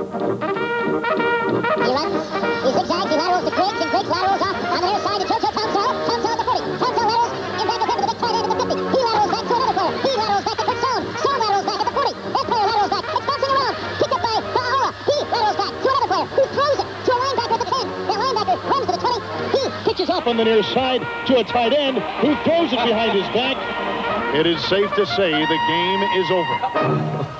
When we get there, about a dozen exchanges. Who would be your player of the year? My pick, Roger Craig from the 49ers. He does it all. Well, my pick would be Boomer Esiason because, I mean, he's got a great supporting cast, but if you miss him, forget about it. Yeah, both had terrific years. Now let's send you back to the stadium in a game you're enjoying. CBS Sports coverage of NFL football will continue after this message and a word from your local station. CBS Sports coverage of the National Football League is sponsored by Miller Lite, official sponsor of the Miller Lite NFL Lineman of the Year Award. Miller Brewing is the exclusive beer sponsor of today's telecast. Prudential Bates Securities, rock solid, market wise. And by Toyota, there's quality. Who could ask for anything more? Halftime with the Jets leading the Giants by a 13-7 count. They got 2 Pat Leahy field goals, a Ken O'Brien touchdown toss, and then 5 seconds to go in the first half as Phil Simms hit Stephen Baker for a touchdown. Quarterback sacks, the Giants have none. Phil Simms has been sacked 6 times by the Jets. He has also been hit 11 times. O'Brien has only been hit 4 times, and the total passing yards 23 for New York and 145. Throwing in cold weather, I know of no better man to ask about that than the guy with the glove on his hand. You look a little bit like Michael Jackson. Notice the glove. This is what Simms uses. And notice how sticky that is. And you can put your hand on that ball, and you can really, you can't pull it out. Try to pull it out. See, good job. You cannot pull it out. This gives him the grip. But the key to throwing in this wind for Simms, he cocks his arm a little bit more than normal and really rips the ball off and really makes it spiral tightly. And that's how he counteracts these winds here in this stadium, by throwing it hard and really spiraling that ball hard. Let's see if he really snapped it now, Terry, as we watch him hit Stephen Baker. He snaps it good. Little hook route. We'd said earlier that the thing to do was to throw hooks on people that are doubled on the outside and inside, go in between them. Simms turns around. Notice how he really turns around and guns that ball. If you would put a ruler or something underneath it and drag it all the way to Simms, that ball never varied. It stayed right there on the same plane. How many quarterbacks use the glove? McMahon uses it, Simms uses it, and after that, I don't know. Steve DeBerg, I know with Kansas City, came in here and had a talk with Phil Simms last week about it and almost tried it, then chickened out at the last minute. Well, he ended up wearing the glove on his left hand. He warmed up with it, really liked it, but was scared to use it during the game. We're underway with the second half. Jets get the ball at the 20. Townsell with a blocker in front. That's Bobby Humphrey, and he is all the way out to the 43-yard line before Tom Flynn makes the tackle. Check the quarterback, Simms and O'Brien, in the first half of play. After that 23-yard return, Simms 7 of 16, O'Brien 8 of 13. Total yards for Phil Simms 66, but sacked 6 times. O'Brien with 2 long passes to Wesley Walker and 1 to Al Toon, a total of 145 yards. Now all of O'Brien's completions have been to the deep outside. So let's see if that's what they do here in the second half. Double tight end set to open quarter number 3. Hand off, Freeman McNeil. Caught and dropped at the line. Jim Burt, who is playing on a badly injured ankle. He twisted the ankle in the next to last play of practice on Thursday. one of the problems that's going to hurt the Jet running game if they want to go to 2 tight ends is the fact that Billy Griggs is injured. He's not starting, and Dunn, K.D. Dunn, number 80, is the other tight end, hasn't played that much, and therefore they don't know whether or not he can block him, especially whether or not he can handle Lawrence Taylor. 2nd down and 9. Burt lines up opposite Jim Sweeney. There's Taylor. Left side. Here comes Taylor. There goes O'Brien and overthrows it. Intended for Johnny Hector. How well did Ken O'Brien do in the first half? Throwing despite the shoulder injury. Passes under 10 yards, 4 of 5 for 17. The 10 to 20 yards, he was 2 of 3 for 18 yards. 1 of 1 in between the 20 and 30 yard lines, and he did go deep. 1 of 1 for 37 yards. And then he had one pass at 49 yards. Hey, anytime you look at this, he's 100% on everything over 25 yards. That is really remarkable. 3rd and 9. George Martin in the lineup now with Eric Howard. Blitz. Flynn was coming. McNeil is caught short of the first down by Pepper Johnson. The Giants hold on the first series and get the ball back. And we'll see if the emotion with which they went into the locker room at halftime carries over offensively in the first series. Well, that touchdown, that Baker catch, I think ignited this football team and made them aware of what they are. Hey, we win this football game, we win our division. Now, come on, we're going to sit around here. Believe it or not, I know a lot of these guys are making $1 million a year, but you have to play football with emotion. McConkey back at the 11. Prokop to punt on 4th and 5. Nice pitch. It is indeed. McConkey fumbles. Scramble for the ball. It's still loose. Touchdown, Kurt Sohn.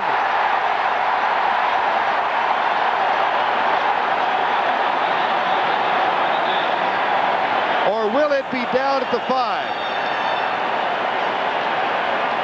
And there is also a flag on the play.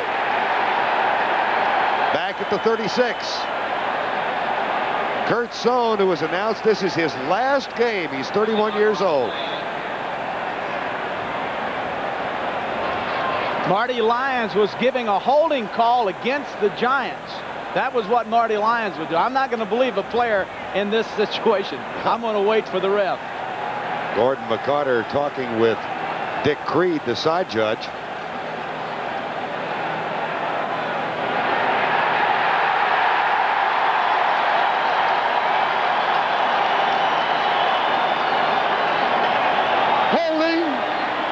Possession foul, the receiving team, penalty decline, first down, goal to go.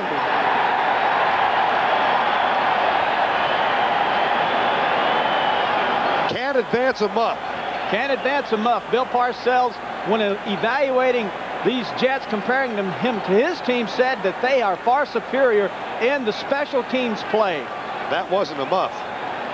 That was a catch and a fumble. That was a fumble, and you can't advance a fumble, and Kurt Sohn should have a touchdown. I agree with you, Verne. That was a fumble. A muff, of course, is when there is no possession by the receiver.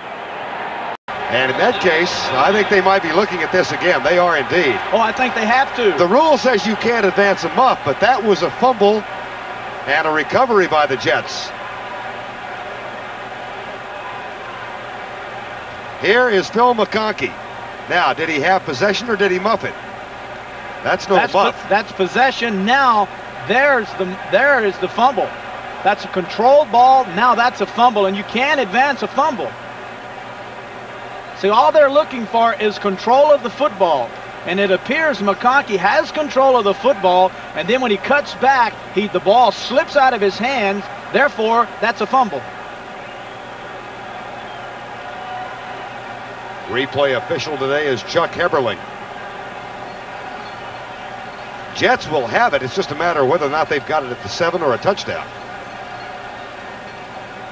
Wind plays such an important part in kicking, not so much for the kickers, but for those that are catching them. That ball that was punted that time came down backwards and was fluttering, and very much like a knuckleball coming down, very hard to catch it, and then compound the knuckleball with the wind, and I don't see how in the world McConkey caught the ball in the first place.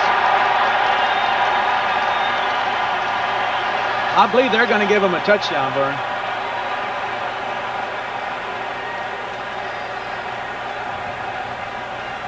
Let's look one more time. From the end zone view, here's McConkey. Makes the catch, starts the run. After further review, it's determined the whistle blew after the kicking team regained possession. It is first down, goal to go right here. Oh, there's the whistle. 30 seconds on the clock. I love the whistle. The whistle always saves these guys. There's the whistle. If there's a whistle, I'm whistling Dixie right now. How in the world can you hear a whistle with all this action going on? Bad call. I'm sorry. Bad call. First and goal at the 6. Split backs. After the fumble recovery, here's McNeil. Surging right. Touchdown. That makes it academic.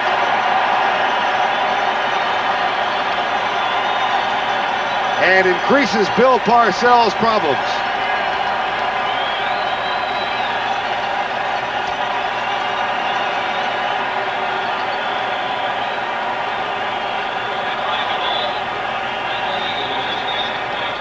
As McConkey, among the most reliable of punt returners in the league, fumbles the ball. Sohn recovers.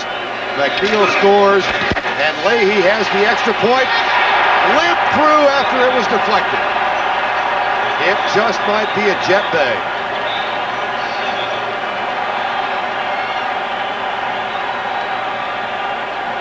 Freeman McNeil with the touchdown. To your left. Pulling left guard, Mike Haight. A wham block by the wingback, and all McNeil does is get in behind Haight, the left guard that pulled, follows him into the end zone.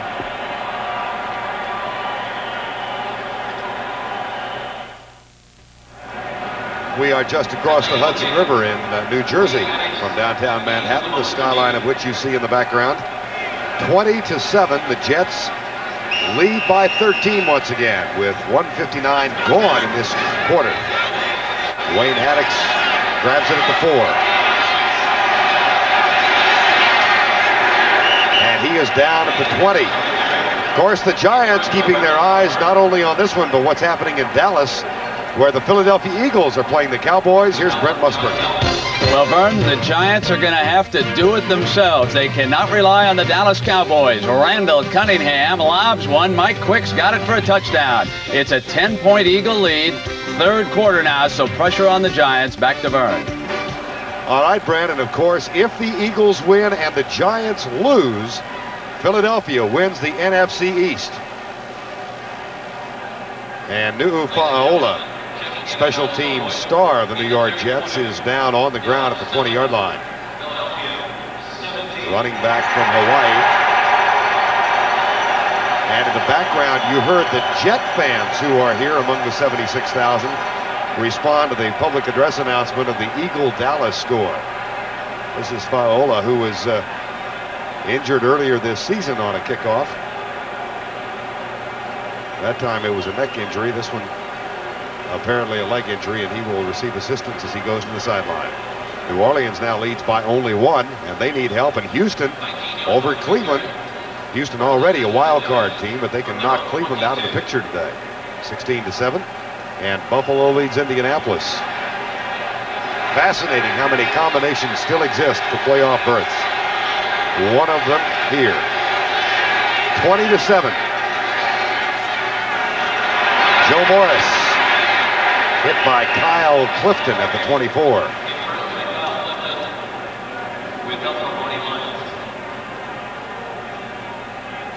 And Phil Simms looks over at the signals being wagged in from the 35-yard line. Bud Carson runs a 3-4 defense, and talking to him, he told us the other day that if he had his way, he would like to go back to the 4 down linemen and 3 linebackers. Go back to the 4-3. Said that's evolving, and a lot of teams are going back to it now. Second down. Morris goes left. It'll be third down. Mercereau up on top, number 94. And Kevin MacArthur, number 57, was the first man to make contact.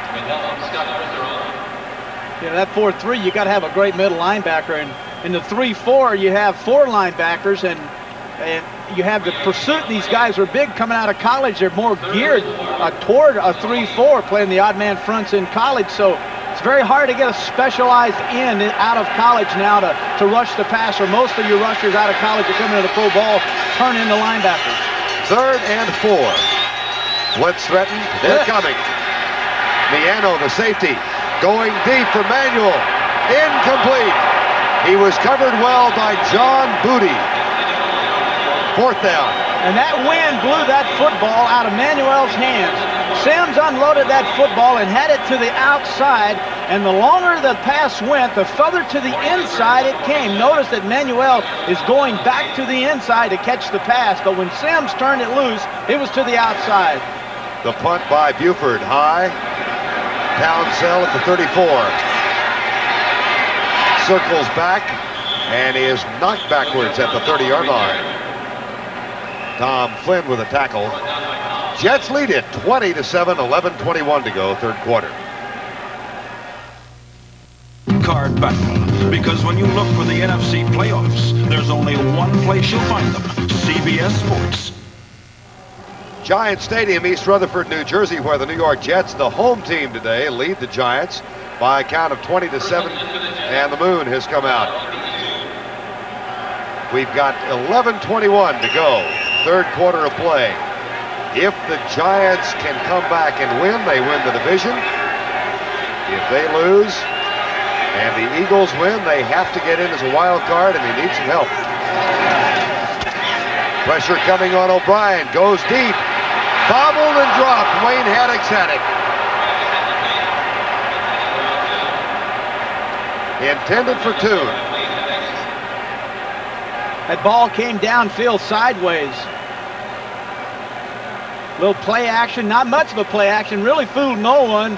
And then O'Brien throwing off balance, threw the ball in there. One of the things O'Brien wanted to do in this game was to not direct his passing attack at the Giant corners. He felt that they could throw on the Giant safeties deep. And he's done that 3 times. Second down and 10 now. Handoff, McNeil. That is driven down. It'll be third down. Gary Reasons, number 55, made the tackle. So many changes in the offensive lineup, and one of them is Jim Sweeney at center, number 53.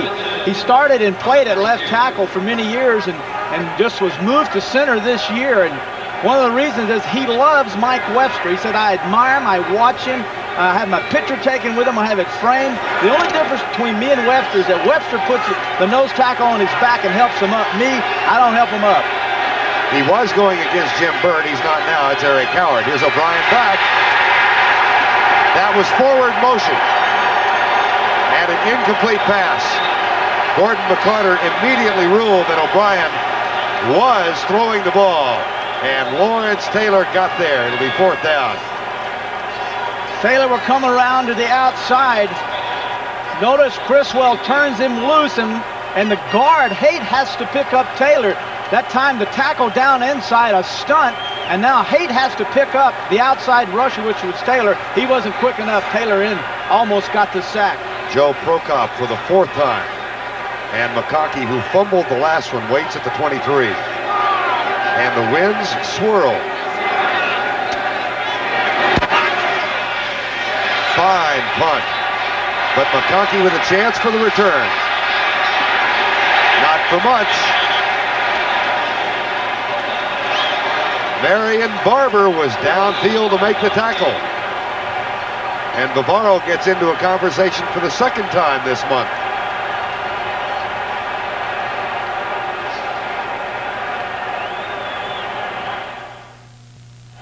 You've heard of the Big Brothers Association. Watch Mark Bavaro, one of the charter members, on that last play. Right, McConkey down, Katie Dunn 80. He gives him a little shot there. Take that, little guy. And then McConkey wants to give it to him, but says, no, you're a little bigger, so come on, Big Brother. Big Brother is Bavaro. And he'll take on 2 of them. That's Zordich, 38, a backup safety. Whatever it takes. As a head coach, I'd say to my players, whatever it takes for you to get motivated in this game. You got to fight, go ahead. 3 wide receivers set for the Giants. They trail by 13.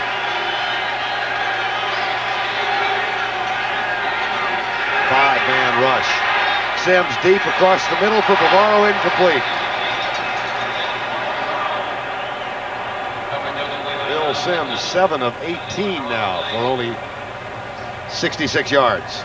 Bavaro, he's got a bad toe, he's got a cracked toe, he's got a bad thigh, he's got a bad thumb, he's just bad all over physically. And one of the problems is that he can run straight away, Verne, but he doesn't have the mobility to shuffle and set defensive backs up and cut against them. Offense. 10-yard penalty. Repeat first down. That was an ineligible receiver downfield. And so it'll be 1st and 20. Doug Riesenberg, number 72, was the guilty man. So Sims looks over. There's Riesenberg, the second-year man out of California. Very young offensive line of the Giants. And they yielded 6 sacks in the first half. Well, if you start with John Elliott, a rookie at left tackle, and Eric Moore, a rookie at right guard, and then Riesenberg is a first-year man. So that is awfully young offensive line. 1st and 20. Draw play, Joe Morris. Nothing in the middle, he goes left, and there's not much there. Marty Lyons makes the tackle. Giants, of course, just to be reiterative, can win the division if they win here, or if the Eagles lose. But right now, the Giants are losing and the Eagles are winning. So if the Giants lose and the Eagles win and the Rams lose, the Giants have a wild card, and they can also be eliminated with a loss today. 2nd down and 18.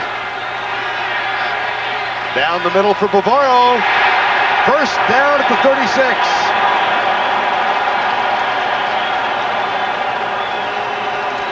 And Bavaro is playing with some degree of angry.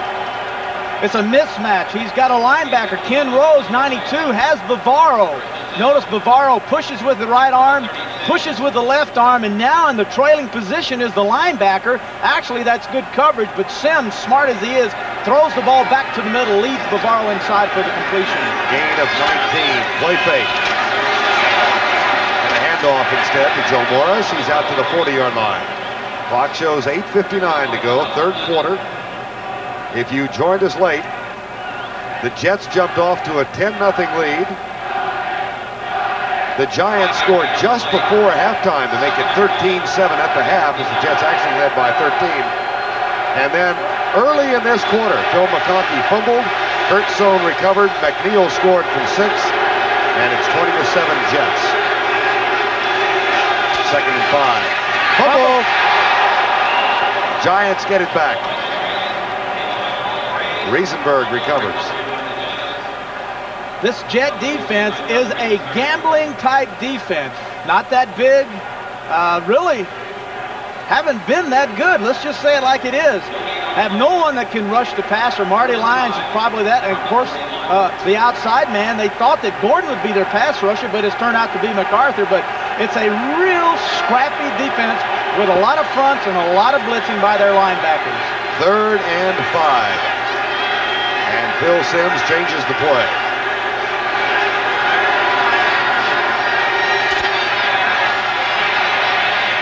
Caught close to the 1st down. Where is the spot?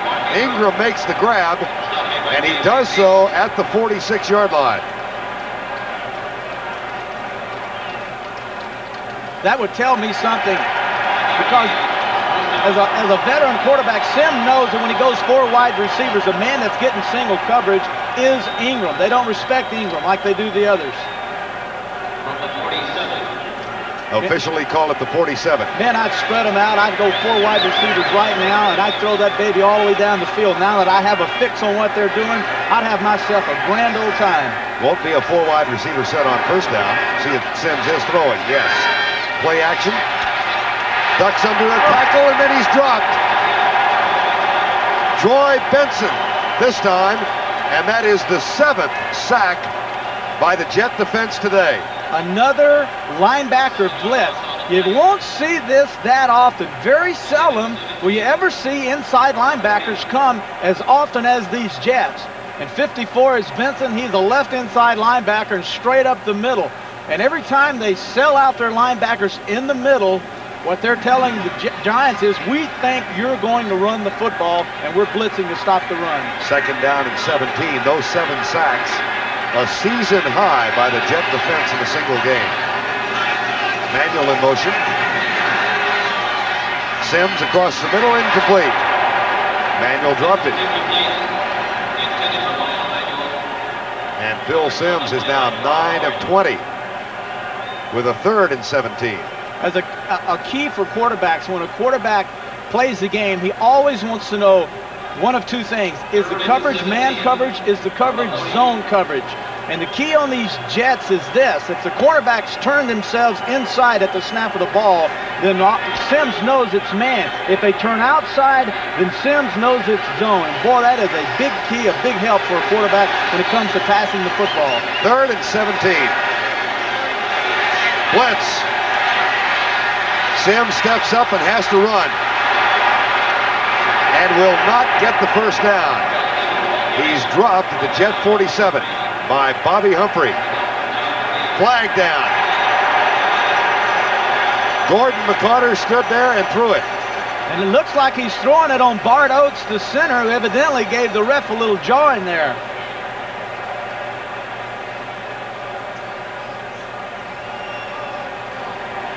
Of course, the way Sims is talking, it may have been Sims. Unsportsmanlike conduct, spiking the ball while the clock was running on an inbounds play. The down counts, we go to 4th down. It was on Phil Sims. Out of frustration, Sims spikes the football. Notice the right of your screen. Well, we didn't see it there, but Manuel was standing there. He wasn't helping his quarterback. Sims could have helped Manuel by dipping in and then dipping out and picking up the block of the receiver. Got to tell you, that's a picky call. Yeah, it's real picky. That is a real picky call. JoJo Townsell is deep. Buford. Look at that ball curve. It swirled from right to left.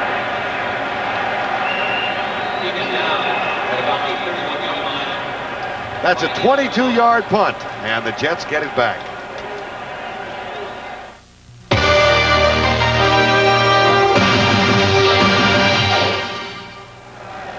.5:58 to go, 3rd quarter. Jets lead the Giants 20-7.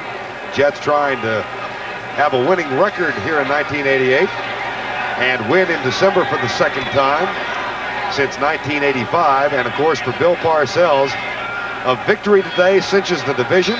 A loss today, coupled with an Eagle win, would mean that the Giants have to wait for the outcome of the Ram 49er game. And if the Rams win that game, the Giants are home for the holidays. 1st down and 10. Toon looks in. And O'Brien will throw on 1st down. Looks deep again, and he's sacked for the first time today. Leonard Marshall got through with help from Jim Burt and Carl Banks.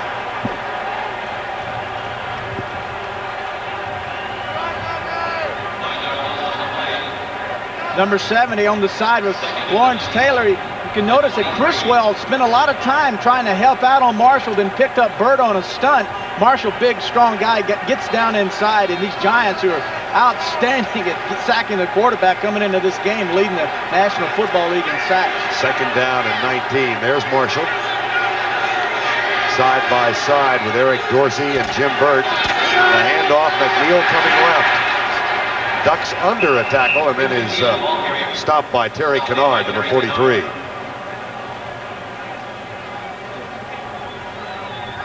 Marshall playing with some emotion. You can watch Marshall. Watch his hands. Notice he gets inside Criswell, the tackle. He's playing the pressure of the tackle. If the tackle fights down inside with his block, Marshall will fight against it and go to the outside. That time Criswell went inside. Marshall went outside. Almost made a great play. 3rd and 14. 20-7. Jets lead. Blitz. O'Brien, McNeil, incomplete. 4th down. And O'Brien is getting knocked around a little bit more now than he was. Well, he's getting knocked around. The sets are the same. Remember, we said that one thing the Jets wanted was O'Brien taking a 5-step drop. Now, there's Taylor to the outside. He's pushed by, but his own man runs into him. The pressure came to the weak side. A safety blitz by Tom Flynn. Taylor comes out. Prokop is in. And McConkey waits at the 30.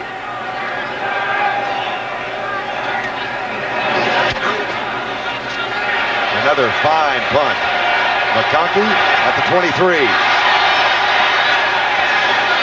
Back to the 34-yard line. Tackle is made by Ken Rose. That's a 48-yard punt. And 11 on the McConkey return.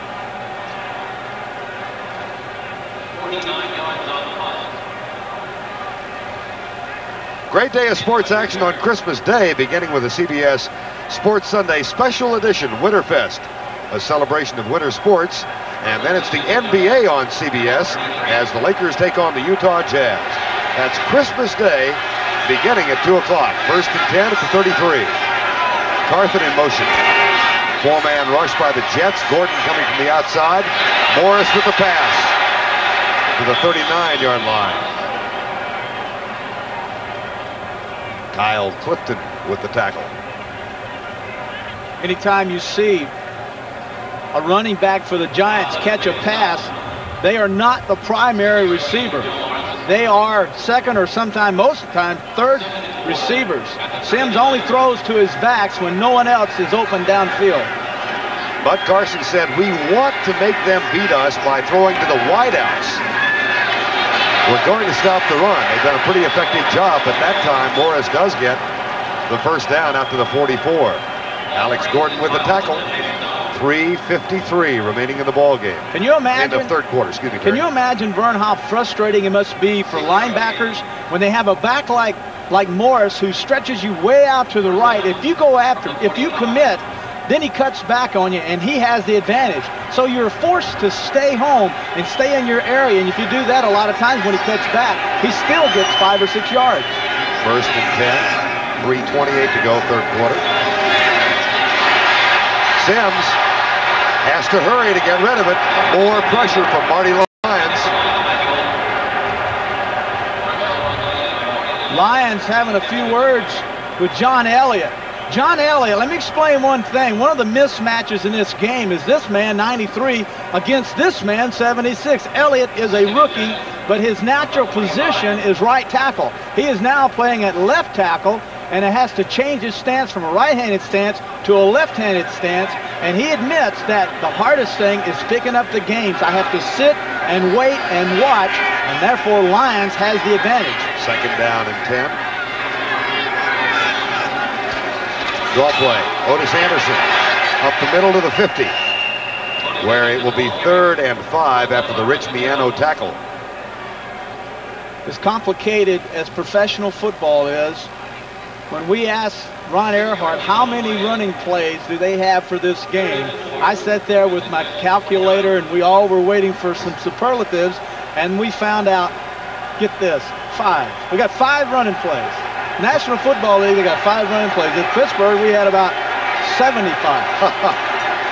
3rd and 4. Giants are 5 of 12 on 3rd downs. Sims, he can run and get it. And he stays up and takes a hit from behind.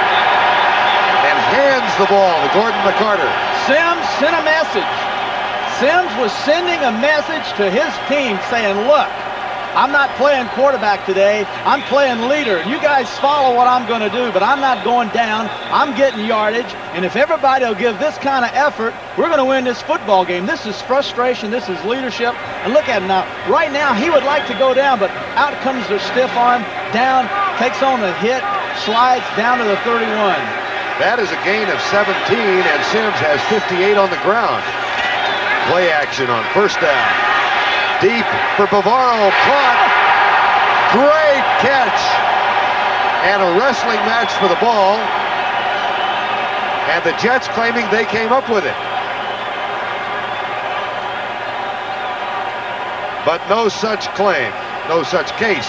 First down, Giants. Bavaro inside, there's the hold, and now Benson 54. You talk about a mismatch. I don't know how in the world Sims got that ball in there, but he knew that the linebacker, Benson 54, had his back to him. He could not see where the ball was going, so therefore Sims and Bavaro had the advantage. First down at the 11, Giants trail by 13. Morris with a 9. Let's look for a reverse. Let's look for the Giants to run some kind of gadget, a reverse, a flea flicker, anything. They've been running the ball. They've thrown the ball to Bavaro, but he has made 2 outstanding catches in this drive. That time a little run to set up some type of reverse, some type of gadget. Think so? Well. Or no so? I'm just trying to do my job. George Adams is in. Morris is out.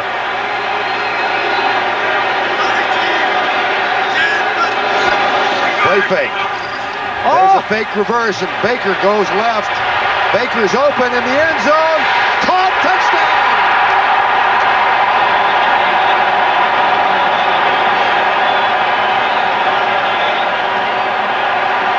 Flag.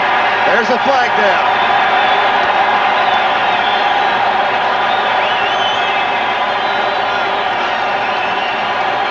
Holding number 40 on the defense.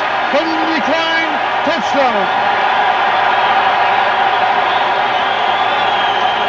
How do you do? Gosh, I should be playing. You did for a while. Baker gets the touchdown, his second. Watch the fake reverse as Baker comes around behind. There's the fake pitch to Baker. That's the gadget. Now Sims looking to the right. Whoops. Sims was looking to the right, wanting to throw the ball to the right. He came out, he felt the pressure. Once again, there's the fake, there's the play action, there's the fake on the reverse. And now Sims, notice his eyes are to the right. No one open, no one. Now he feels pressure, comes out, peeks downfield, and look what I found. Hello, baby. Watch it from the end zone, Terry. The fake pitch. There's Carthon, play action. Baker faked that. Now Sims looking to the right actually drew the safety over. That time Miano followed Sims' eyes. Sims looked to the right. Miano out of position, allowed Baker to get behind him into the corner for the touchdown catch. Baker's second catch today. A 9-yard reception on the gadget play.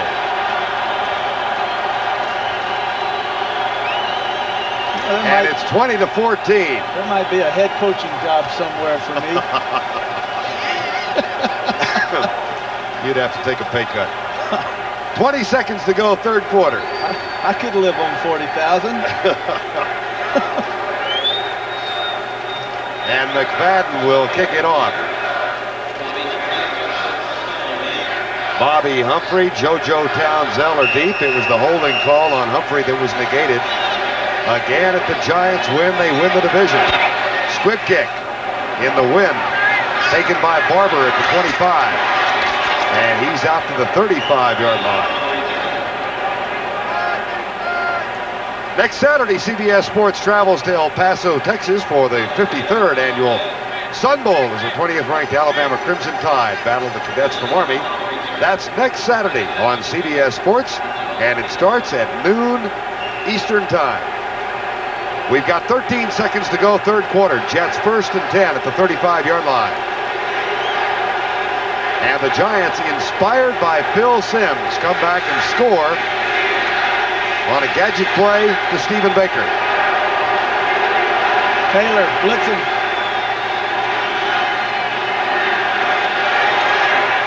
Play fake. O'Brien deep left side for Toon. And again, they go at the safeties deep outside. That's exactly right. They're bringing one of their backs and tight end out to hold the corner. The Giants are notorious for playing two deep safeties. And what the Jets want to do is attack the safeties. That's the end of the quarter. May we now pause for a word from your local station.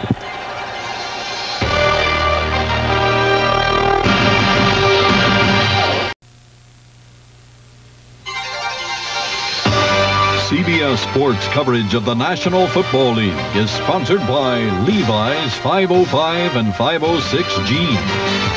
Duracell, the copper top battery. It now lasts 30% longer. And by the heartbeat of America, today's Chevrolet.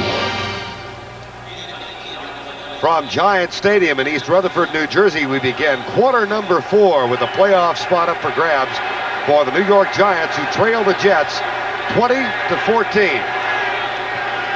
First and 10, however, for the Jets as O'Brien goes back.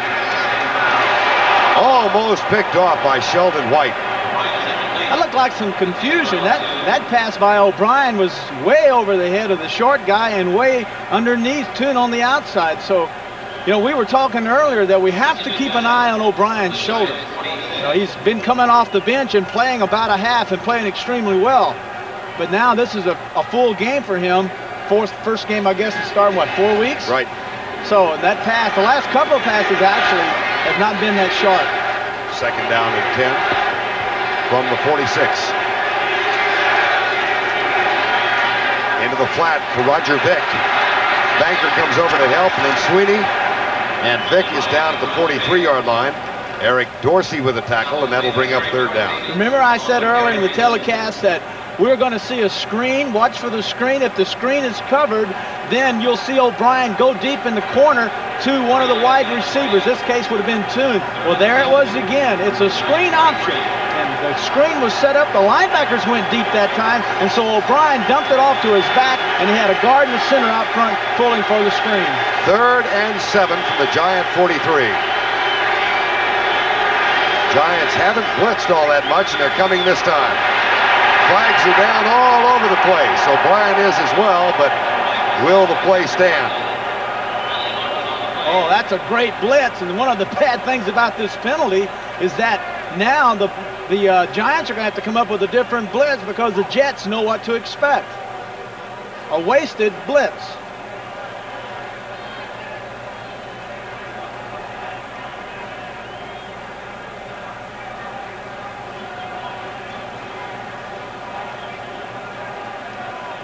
But first, a conversation.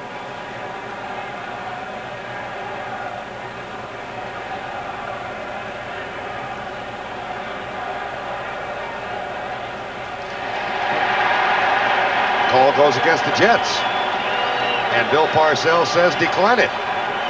May have called that on Criswell, the left tackle, 61. Young guy. Got a little anxious once again. He's had nervous feet today. Illegal motion. Left halfback on the offense and a man on the offensive line. Penalty declined. 4th down. They had 2 in motion. And Ken O'Brien chats with Joe Walton on the sideline. Walton, of course, the recipient of a contract extension recently. Now Prokop. And another conversation. Well, you look, Joe Walton's having a fit on the sideline.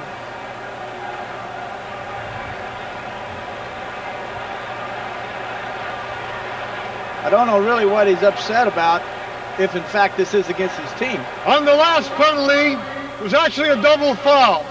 Number 56 of the defense was in the neutral zone. We had illegal motion on the offense. The penalties were offset. We'll replay 3rd down. That's what he was hollering about. So Lawrence Taylor will take his new haircut back onto the field, hidden by a helmet, and it'll be 3rd down again. Now Parcells will argue. Taylor's in the neutral zone, lined up in the neutral zone. That's 5 yards illegal. I can see what Bill Parcells is saying. You can't review that play. Could read his lips.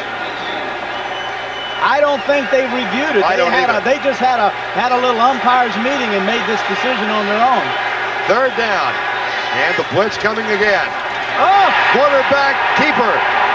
1st down, Jets. I wonder if Ken O'Brien called that at the line. No, absolutely not. Ken O'Brien is not a quarterback that the Jets will use for situations like that. That's why it worked. It was something the computer did not have. Notice this. Pull the left tackle and the left guard, counter action, quarterback keeper. Now, yes, if Pat Ryan had been in the game, absolutely. But no, not with O'Brien. Fool everyone, including me. Quarterback draw, first down, Jets at the 35. 13-19 to go in the game. Wesley Walker starts in motion. Hand off to McNeil. He comes right and is down at the 33. How are Philadelphia and Dallas coming along? Let's check in with Brent Musburger. Well, Verne, the Eagles with a chance here. They've got a field goal, Luis Sendejas, and it is perfect. And so again, the Giants are going to have to pull it out with a win because the Eagles now lead 20-7. Let's go back to Verne and Terry at the Meadowlands. All right, Brent, it's 20-14. Jets here, second down and 8 with 12:40 to go. And again, if the Eagles win and the Giants lose, Philadelphia wins the division. That's a wobbly pass, right side, and the flag is down in the backfield. Holding. And a very significant, what could be a significant penalty, because they are getting into Pat Leahy's field goal range, if nothing else. Well, the thing you hate about that penalty is that one of the things the Jets wanted to do was 3-step and 5-step passing. Holding. Number 61 offense. 10-yard penalty. Repeat, second down. And when you do short passing setups, you get rid of the football quickly. There's no excuse for holding. Now, Criswell, hey, let's understand one thing. He has got a major headache over there in the form of Lawrence Taylor. But Taylor's on the right side, so he's no problem. He's got two guys on him, K.D. Dunn and the guard. Well, at the top of the screen, you might have seen Leonard Marshall fall down. That's where the holding took place. Second down and 19. Leonard Marshall, and he got by Criswell again. Jeff Criswell has been the subject of much print in the New York newspapers this week about the task forthcoming today. This one-time free agent from Graceland College, and he's had his hands full. Well, he has, and one of the reasons that we see Jim Sweeney at center is because of this man's development at left tackle. They believe they have a young team that in the next 2 or 3 years, this offensive line is going to be one of the best in the National Football League. At least that's what this coaching staff for the Jets and Dan Radakovich, the offensive line coach, that's what they say. 3rd and 26. Option pitch. Johnny Hector hauled down from behind at the 42 by George Martin. George, who is playing what might be his last game here. He will retire at the end of the year. He and Harry Carson were honored last week. And when they were introduced, Bill Parcells said, I started to cry because George Martin is my all-time favorite player I've ever coached. George called Bill to thank him for showing the emotion on Monday, and Parcells said, George, I didn't mean it. Yeah, right. I didn't mean it. He couldn't hardly tell us that story without having a few tears in his eyes even then. 4th down. Prokop. Man. McConkey with a fair catch, and it'll be a touchback. 11-10 to go in the ball game. The New York Giants trail the New York Jets by 6, and they're 80 yards away from a touchdown. In the 3rd quarter, the Giants with 113 yards to only 26 for the Jets, and they also got their 2 sacks in that quarter, but they have thus far only 79 passing yards to 155 for the Jets. They did, however, get a big play from Phil Simms, and then a touchdown pass on the gadget, Terry Bradshaw, to pull back within 6. It was the fake to Stephen Baker. Well, you use gadget passes after you set it up with runs. You get them committed on the run, and one of the reasons they wanted to run the gadget pass, I believe, is because MacArthur is the guy that likes to chase. So Simms will fake the run to the right to Carthon, fake the reverse to Baker. But notice 57 in the top left of your screen. That's MacArthur. He didn't bite on it. And then finally, Simms ran at MacArthur, and MacArthur committed to Simms, which opened it up for Baker. That brought the Giants back to within 6. They've got the ball with 80 yards separating them from the end zone. And 11:08 to go in the ball game. The Giants must win to win the division because the Eagles are leading 20-7. If they lose this game and Philadelphia wins, then they've got to have help from the 49ers tonight. Simms is caught for the 8th time. Alex Gordon. And Marty Lyons was in the vicinity. The Jets lined up into the Jet defense, bringing both ends down inside and placing them over the guards, taking both outside linebackers, bringing them up on the ends and blitzing them. But the problem is Lyons. No one has been able to stop Lyons. And then finally from the outside, I believe that would have been Gordon who made the sack. And William Roberts is in at left guard now, replacing Billy Ard. Sims on 2nd and 20. Sheikh Moab, huge play. And that might be enough for the first down. The spot will come just short of the 30. Every time the Jets have jumped into a two-deep zone, the Giants have attacked the middle with their tight ends. Twice it was Bavaro. This time it was Moab down the middle. Number 72 playing an eligible position. All right, Riesenberg had lined up. It was an unbalanced line. And Riesenberg had lined up eligible. It's 3rd and about a foot. Yeah, all he has to do is report in. And he has now done that. He is lined up tight to the left.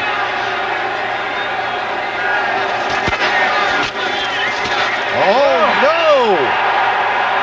Now the spot's going to come across the 30, and it might be enough for the first down.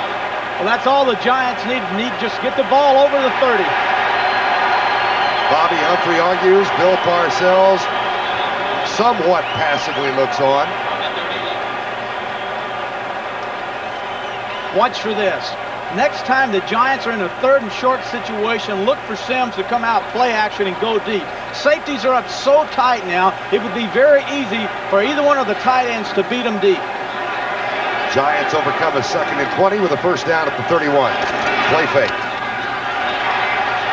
Sims, incomplete, intended for Manuel. And Riesenberg runs the play in. He's alternating now with Carl Nelson. And Sims looks over. If Sims does not like the play, as you can see, Philadelphia got that big lead. Atlanta, now there's a shocker. You know, this Atlanta team, hey, that defense is not bad down there. Marion Campbell, the Swamp Fox, got him hooking it. 2nd and 10. 9-11 to go in the game. 20-14 Jets. Otis Anderson surges up the middle and fights for yardage to the 39-yard line. It will be 3rd and 1. An interesting call now, Terry, to see if Phil Sims does go with that play action. Well, it'll be sent in. You can bet it. Look at Sims. Hurry up. Give me the play. If it's a full 1 yard,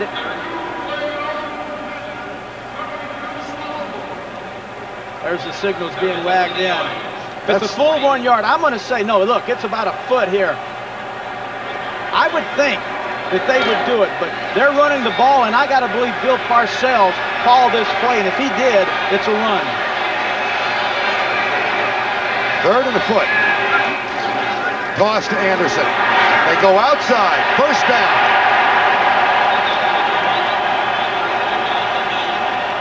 One of the things you'll see with the Giants is this.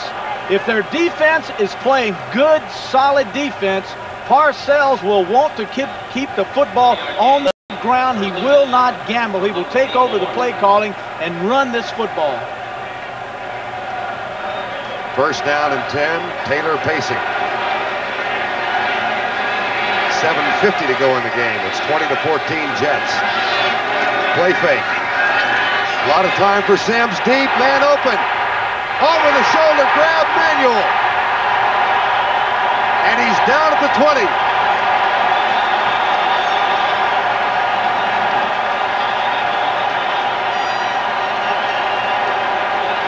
Gets by Bobby Humphrey. Bobby Humphrey is a converted wide receiver, number 48 at the top of your screen. Manuel sets him up outside, comes inside, and now the smart route running of Manuel. Notice that he drifts back to the outside to give Sims a big area to throw the football and lead him. Excellent route. Is Sims happy? That's a gain of 36, first down at the 20. 7 minutes to go in the game. Joe Morris to the 19. Marty Lyons made the first contact.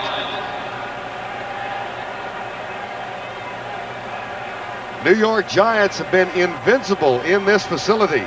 In December, they have won 11 straight here. They trail right now by 6 with 6:35 to go. Joe Walton told us that in close games, and this is a close game, 20-14, in close games, young football teams lose. Giants do have a young offensive line, but the Jets are younger overall. Play fake. Sims, diving grab, catch made at the 11. Maurice Carthen. And again, it'll be 3rd down for the New York Giants. And Sims crying for the play. Look at Sims. This is where Phil Sims, and I know this guy well. Sims actually ran over to get the play and didn't wait for them to wag it in. He would like more than anything right now to be in charge of his offense and not have to look to the sideline. He would like to call his own plays. 3rd and 1. 5:38 to go.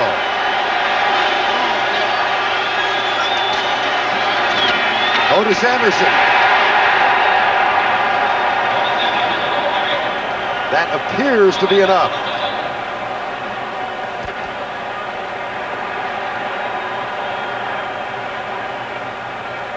But they will call the chain in. Ron Earhart said that the most important thing for him is to get on the same wavelength as Sims. He senses when Sims is hot, when he's really throwing the ball, and he feeds him passing plays. He senses when he's cold, and he pulls him back and goes to the running attack. Here's the stretch. First and goal.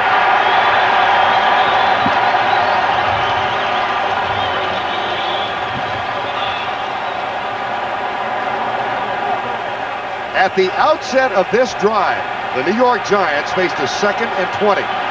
The big play was a catch by Zeke Moab. And they have a 1st and goal after converting their 3rd straight 3rd down. 5:04 to go in the game. Audible at the line of scrimmage by Sims. Blitz by the Jets. 2-step drop, slant pattern, caught, touchdown!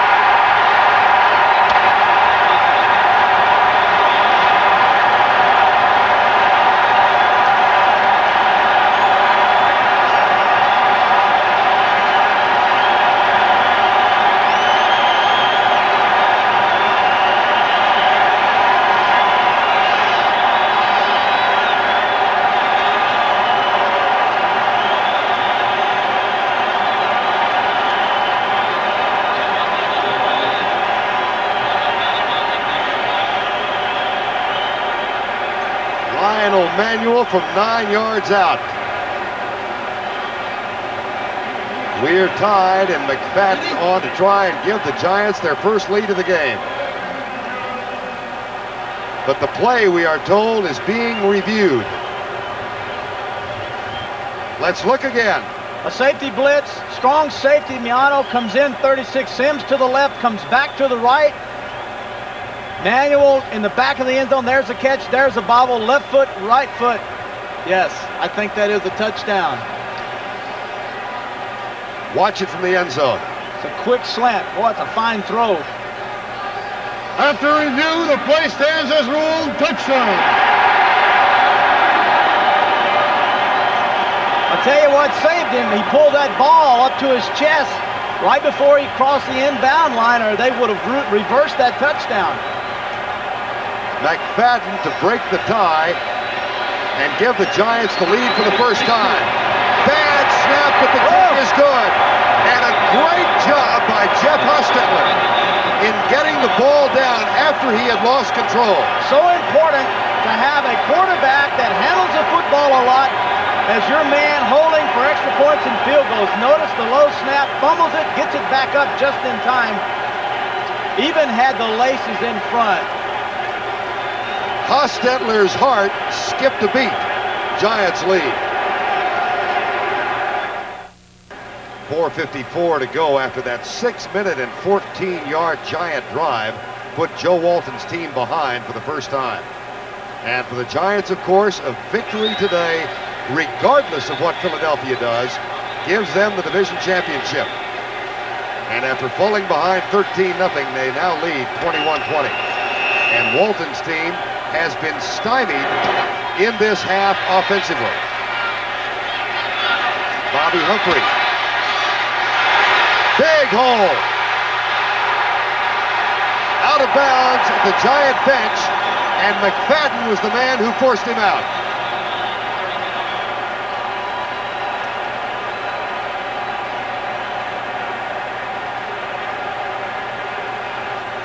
Humphrey, after giving up the big completion on the right side, Emmanuel coming back with a kickoff with a fine block to the outside. Marion Barber, and then McFadden finally is the man. Well, he didn't bring him down. The sideline brought him down. JoJo Townsell got the block on McFadden. Jets have it at the 48. 4:40 go, quarter to go. O'Brien tipped, caught. Roger Vick at the Giant 47.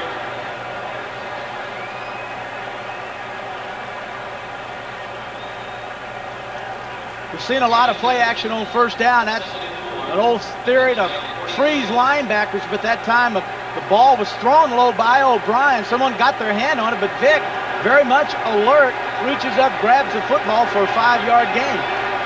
Roger Vick's catch, a 2nd down and 4 after they give him 6. Schuler comes to the right side.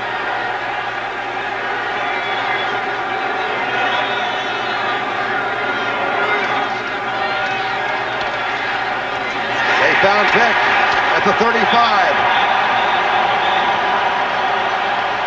First down, Jets. And the big Bobby Humphrey kickoff return has set up this offensive series.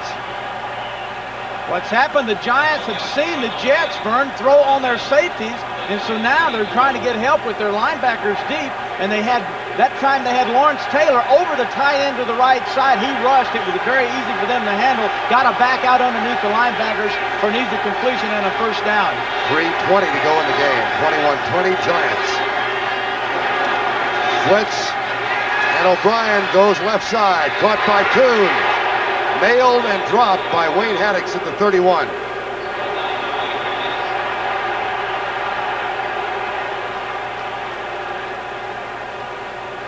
And we are at the 3-minute mark. Philadelphia still leads. If the Giants hold on, it doesn't matter what the Eagles do in terms of the division. But if the Jets win this one and the Eagles prevail in Dallas, Philadelphia wins the division. And the Giants need help. 2nd and 5. Johnny Hector to the 22. And there are 2 minutes and 28 seconds to go. And Pat Leahy getting ready just in case he's needed. Now what O'Brien will do is just let this clock run out and give him the 2-minute warning. Jets are in good position. They're moving the football. Now they'll use the clock. Make the clock an ally. Coming into this game, the Jets wanted to use the wind as an ally. They said he would be our 12th man. Well, the wind is really not a factor today. 3rd and 2. 2-minute warning. 2-minute warning. My time. Jets trail by 1, but they are within field goal range. Giant Stadium, East Rutherford, New Jersey, filled to capacity again. An even mixture of Jet and Giant fans. The Giants lead by 1. The Jets 3rd and 2 from the New York Giant 22. And Pat Leahy prowling the sideline. If the Giants hold on and win this game, they win the division. If they lose, they need help.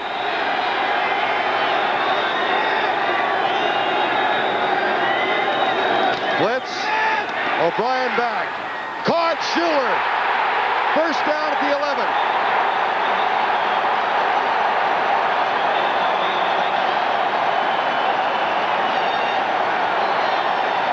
A gain of 16 by the starting Pro Bowl tight end, and Pat Leahy still warms up. Wayne Haddix had Schuler man for man. Don't forget now, early in this game, Perry Williams, the starting right corner, went out of this ball game, and Sheldon White had to move over. Haddix had to come in. He is trailing Schuler. I mean, he's 5 yards behind him. Excellent catch. High throw. Schuler reaches up and makes a key grab for the Jets. Giants call timeout. Bill Parcells' Giants lead by 1:36 to go. Jets have a first down at the 11. The Giants have 2 timeouts left. Philadelphia still leads 23-7 with a minute to go over Dallas. And here are the Jets with a 1st and 10 at the 11. McNeil behind O'Brien, double tight end set. Hand off to Freeman. McNeil goes left. Dropped at the 9. And we'll see if New York uses its 2nd timeout. Not yet.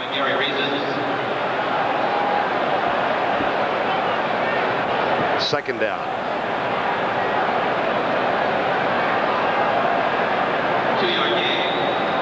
Jets are smart here. They're just letting that clock go on, taking their time, calling their play. Giants have 1 timeout remaining. They're trying to save it. But the Jets could force. They have 2 left. Yes, they could force them. The Giants are wanting to hold them, get the ball back to their offense, so they can use them to try to win this game. Under a minute.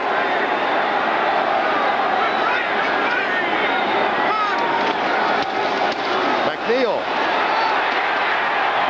3rd down from the 5. And now the Giants use their 2nd timeout. 41 seconds to go.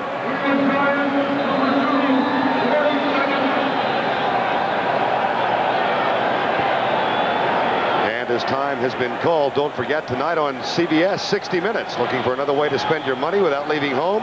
Watch 60 Minutes tonight on CBS. That's followed by Murder, She Wrote, and the CBS Sunday movie, A Very Brady Christmas, a Yuletide reunion of the Brady Bunch with the original cast members.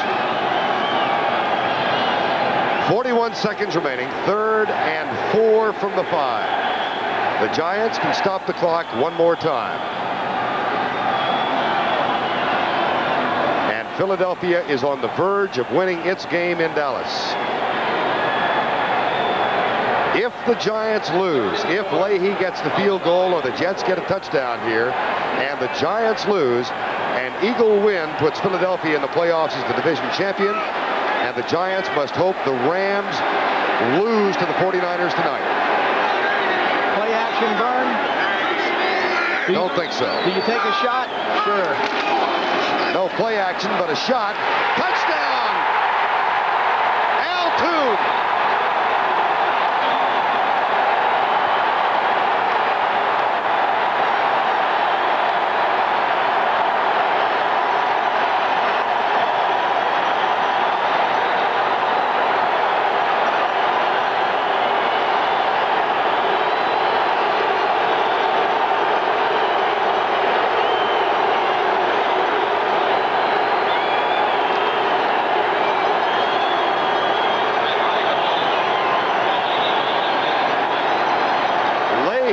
For the extra point as Toon celebrates.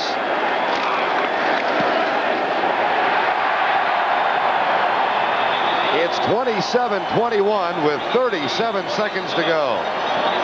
And this all began with a 38-yard kickoff return by Bobby Humphrey and some first down passing by Ken O'Brien. Special teams set this touchdown up. Toon to the left. Lines up man-for-man coverage. Notice that it's Tom Flynn, number 28, that has Toon man-for-man. Flynn's not even a cornerback. He's a safety. He's playing out of position. A perfectly thrown ball, a fine route by Toon. But what was really good was the call. You don't complete it, big deal. We're going to kick a field goal anyway. If they gamble and blitz us to stop our run, we might fumble the football, so why not throw it into the end zone? Joe Walton once a tight end for the New York Giants. Now with the New York Jets, he said, I still have a little blue in me, but I want to kick them where it hurts.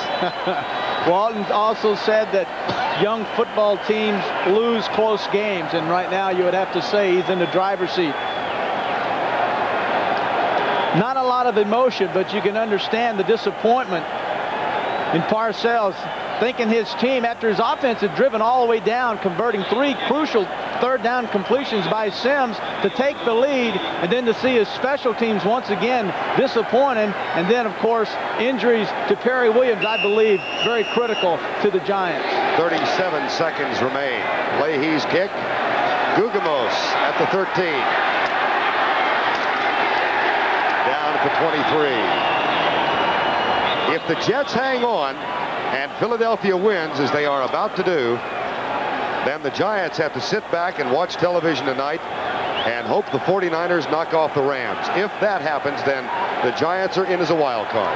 And I would believe the Giants would be very disappointed. I know as a player, I would hate to know that I got in when I had my division in my own hands, my own destiny, and I couldn't rise to the occasion and beat this team. That would be the one thing that would disturb me the most, because that tells me we're not a championship team. 1 timeout left.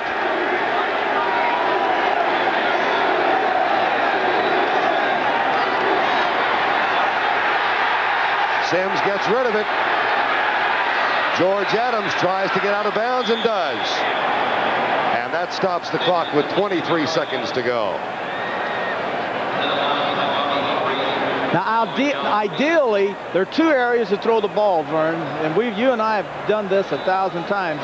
It's deep into the sideline where the catch is made and the receiver can step out of bounds and kill the clock. But the most vulnerable position, and you remember the Rams many years ago caught a deep in against the Cowboys and kicked them out of the Super Bowl. Down the middle deep, crossing route. Billy Waddy caught it. Here's Sims back. Deep crossing route. Lionel Manuel, they have 1 timeout left. They got to use it. 15 seconds to go. Time has been called as Phil Sims comes over to the sideline. That is the final timeout for the New York Giants. And a final just in, the Eagles have won. Buddy Ryan's team in the playoffs for the first time since '81. And if the Giants cannot come back and win this, the Eagles go in as the NFC Eastern Division champion. Phil Sims, Bill Parcells. Bill Parcells' wife, Judy, asked him what Bill said is the ultimate question. Why is it you continue to do what you do for a living? And Bill said, there is no answer. Judy said, if you win, you're only happy for 15 minutes. If you lose, you're devastated for a week. And this one will hurt more than most. Jets, this is their playoff game. This is the season for the Giants. They want to win this game. They want to win their division, and they want to do it now. Once again, deep across the middle is the place to go, but there's no time left for Sims to get his team up for a second play if he does that. Deep left for Baker. Incomplete.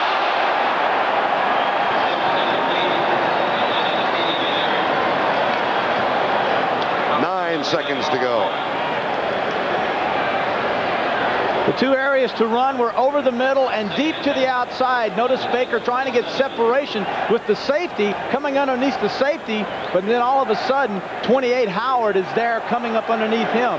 Even if Baker had caught the ball, I do not believe he'd have had his feet in bounds. From the 47, 2nd and 10. Hook and lateral, huh? Hail Mary, hook and lateral, something. 3-man rush by the Jets. They're going deep left side for Stacy Robinson and friends. And it comes down incomplete. And this one is over. The New York Giants fall to the Jets and now must sit back and hope for a 49er victory. And there is an irony there, because Phil Sims said the one team he hates most in this league are the 49ers. Joe Walton's team finishes with a winning record in '88 as they defeat the Giants 27-21.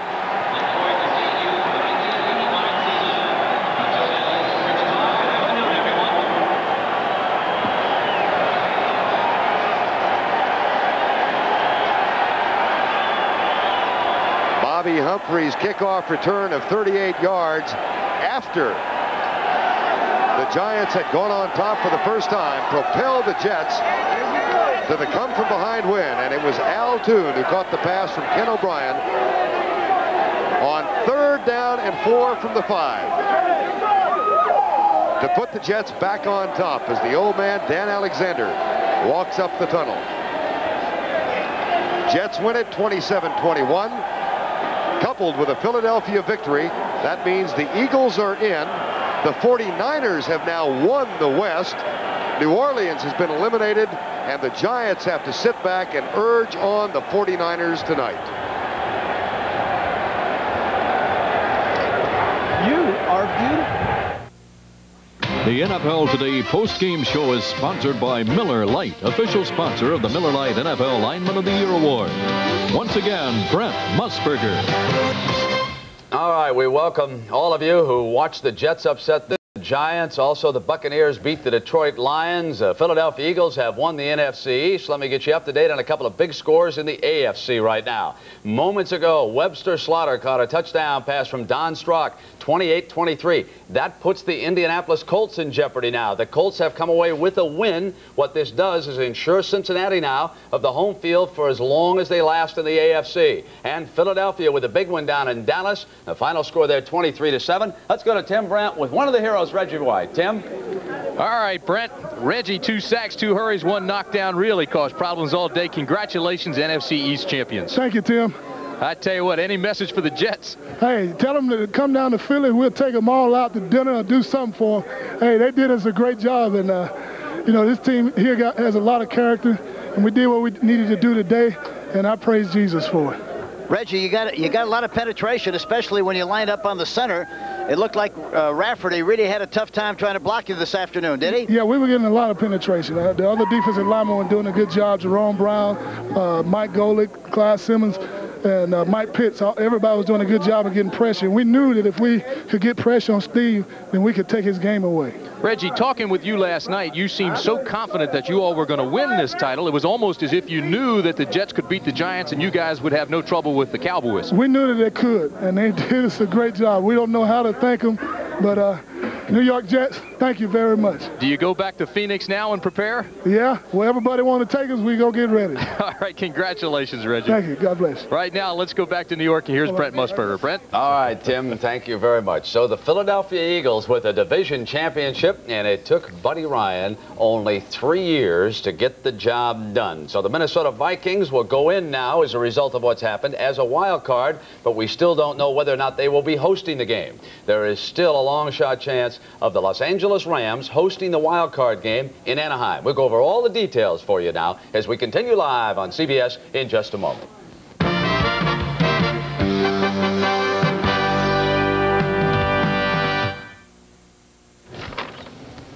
Well, in just a few weeks now at the NFC Championship game, the CBS Sports will be pleased to announce the winners of the 1988 Light Beer NFL Lineman of the Year Award. It's a special award, and it honors the game's top offensive and defensive linemen in the NFL. And along with this award, Miller Lite is going to donate $25,000 in each winner's name now to the charity of his choice. And you fans voted, and you're the people who chose these winners during the season. So you're going to bring all the finalists to us, and some of them are on offense. Well, Keith Van Horn of the Chicago Bears, Anthony Munoz. He's had a spectacular season with the Cincinnati Bengals. And Mark May, he's always an outstanding lineman for the Washington Redskins. Over on defense, Fred Smerlish, you've got to be awfully happy for the year he's had with Buffalo. Chris Dolman, a standout with the Minnesota Vikings. And, of course, Charles Mann of the Washington Redskins. In the midst of a losing season down there for the Redskins, he was a standout. Let me take everybody to the scoreboard with Dick and Irv and get you up to date. What a gloomy day this is for the Giants. Not only do they lose, the Eagles beat them out of a division championship, and if the Rams beat the 49ers tonight, the Giants are not going to the playoffs. Now, let's take a look at some of the action from the game. This was a key player of this fumble by McConkey. McConkey was sure-handed back there on punt returns. This time, bottoms the ball. The Jets end up with the ball on the 8-yard line. Brent setting up a scoring opportunity for them. Yeah, and Freeman McNeil took it in against Bill Parcells' defense, and the Jets went up 27. But, you know, Dick, the Giants came back with Phil Simms. Well, they did. They didn't give up. I mean, I tell you that. With this play here, it was a neat kind of a play. You know, they probably thought, the Jets probably thought they're going to hand it off to the guy, but Baker just keeps kind of running, and they hit him right there in the open. And then, of course, there was Manuel at the back of the end zone. This is Manuel making this catch, and Stephen Baker, who had caught the earlier one, so just reverse that graphic information. And then that was the big catch right there was Al Toon. Al Toon making the clutch play for the Jets, but, you know, you have to, again, admire the Jets' effort, Ben. It was just a nuts and bolts, hard-nosed football game from start to finish. You know, I can remember years past when we've said when teams don't have anything at stake, they lose these games. Really, it was almost automatic. And now the last 2 days, Washington Redskins, Jets, they come up big. I think it's different nowadays. I mean, you know, they say, well, you're not in it, and what do you got to play for? Pack up and let's go home. But I don't think that's true no more. I just think there's a lot more, you know, with their contracts and how they're going to go next year and everything else. So, and it's got to be a feather in your cap when you knock someone off like today. Yeah. I mean, the Jets, I mean, the city pride and all that, that's great. But hey, we knocked somebody out of the playoffs. If we're not going, let's knock somebody else out. That's that's got to be the attitude. On the other hand, I mean, you know, hey, Giants, everything's, you know, concerned with this game. Let's really go. And their strong part of their team didn't perform well, I think. All right, Dick, one of the stars for the New York Jets. You got to feel happy for Ken O'Brien. Oh, yeah. Lost his job for a while. Here he is back. Let's go out now to Verne Lundquist. Verne? All right, thank you, Brent. Ken O'Brien, that was an extraordinary fourth quarter, and especially the big kick return by Bobby Humphrey that set you up near midfield.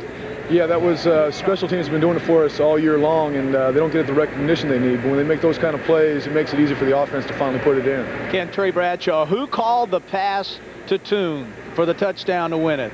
Well, we kind of audibled that at the line of scrimmage. They came to our goal line defense to try to stop us, and Al was out there one-on-one, so I just said, what the heck, let's give it a shot. And Al comes through all the time, and he did once again. Does this send a message to the Jets and to the rest of the National Football League next year that perhaps these Jets are for real and they're going to really explode in '89? Well, I know you picked us to go to the Super Bowl next year, Terry, so I think it did. You know, really, I think it sent a message to ourselves about how good we can be if we play well and play well every day of the season. So we're excited about our future, and today was just a topping for it. Ken, what does this game mean to you? Well, for us, it's a big plus, and for me especially. I haven't beat the Giants since I've been here, and there's a lot of people who've always thought of the Jets as second-class citizens. We have a long way to go, but today was a step in the right direction. Congratulations to you, Ken. Thank you very much. Enjoy the pheasant hunt in California. Okay, thank you. All right, let's go back to Brent Musburger. All right, Verne, thank you very much, and let me take everybody back to the scoreboard now. As the Giants' playoff chances very much in jeopardy as the Eagles go in and they beat the Dallas Cowboys 23-7, and they wrap up the NFC Eastern Division. And a big pork chop welcome for our buddy Ryan, but he got the last laugh, folks. Randall Cunningham going to the Pro Bowl, and he shows you why here. Escapability, that's what our friend Hank Stram calls moves like that as he steps out of bounds at midfield. He can throw it to her. Well, he does it all. He has great arm strength as well, too. Here he lobs the ball to Mike Quick, who's recovered from that broken leg he had a few weeks ago. Now pulling out is Steve Pallur. He was under fire all game long. How about that? Reggie White again with another great year for the Eagles. The thing about Reggie White, he's so versatile. You know, you can put him out in his defensive end position, but when you really want to get the heat up the middle, you put him over the middle. And there's no center, I think, can handle him one-on-one, if I'm wrong. Or correct me. I mean, you've got to double team this guy. He's as fast as some running backs, too. He's almost 300 pounds. He's a great athlete. Listen, the Cleveland Browns. Earlier today, we reported Don Strock. He threw 3 interceptions early on. The Oilers ran one of them in. Now he's come back with 2 touchdown passes, only 3 minutes to go, and the Browns leading the Oilers by 5. And if this holds up, the Browns and the Oilers will be the AFC wildcard game on Saturday, and they'll come right back to Cleveland to play it. So that will certainly simplify things. Indianapolis, on the other hand, hoping for a Houston miracle right now as they beat Buffalo 17-14. Cincinnati loves this score. They have the home field for as long as they last.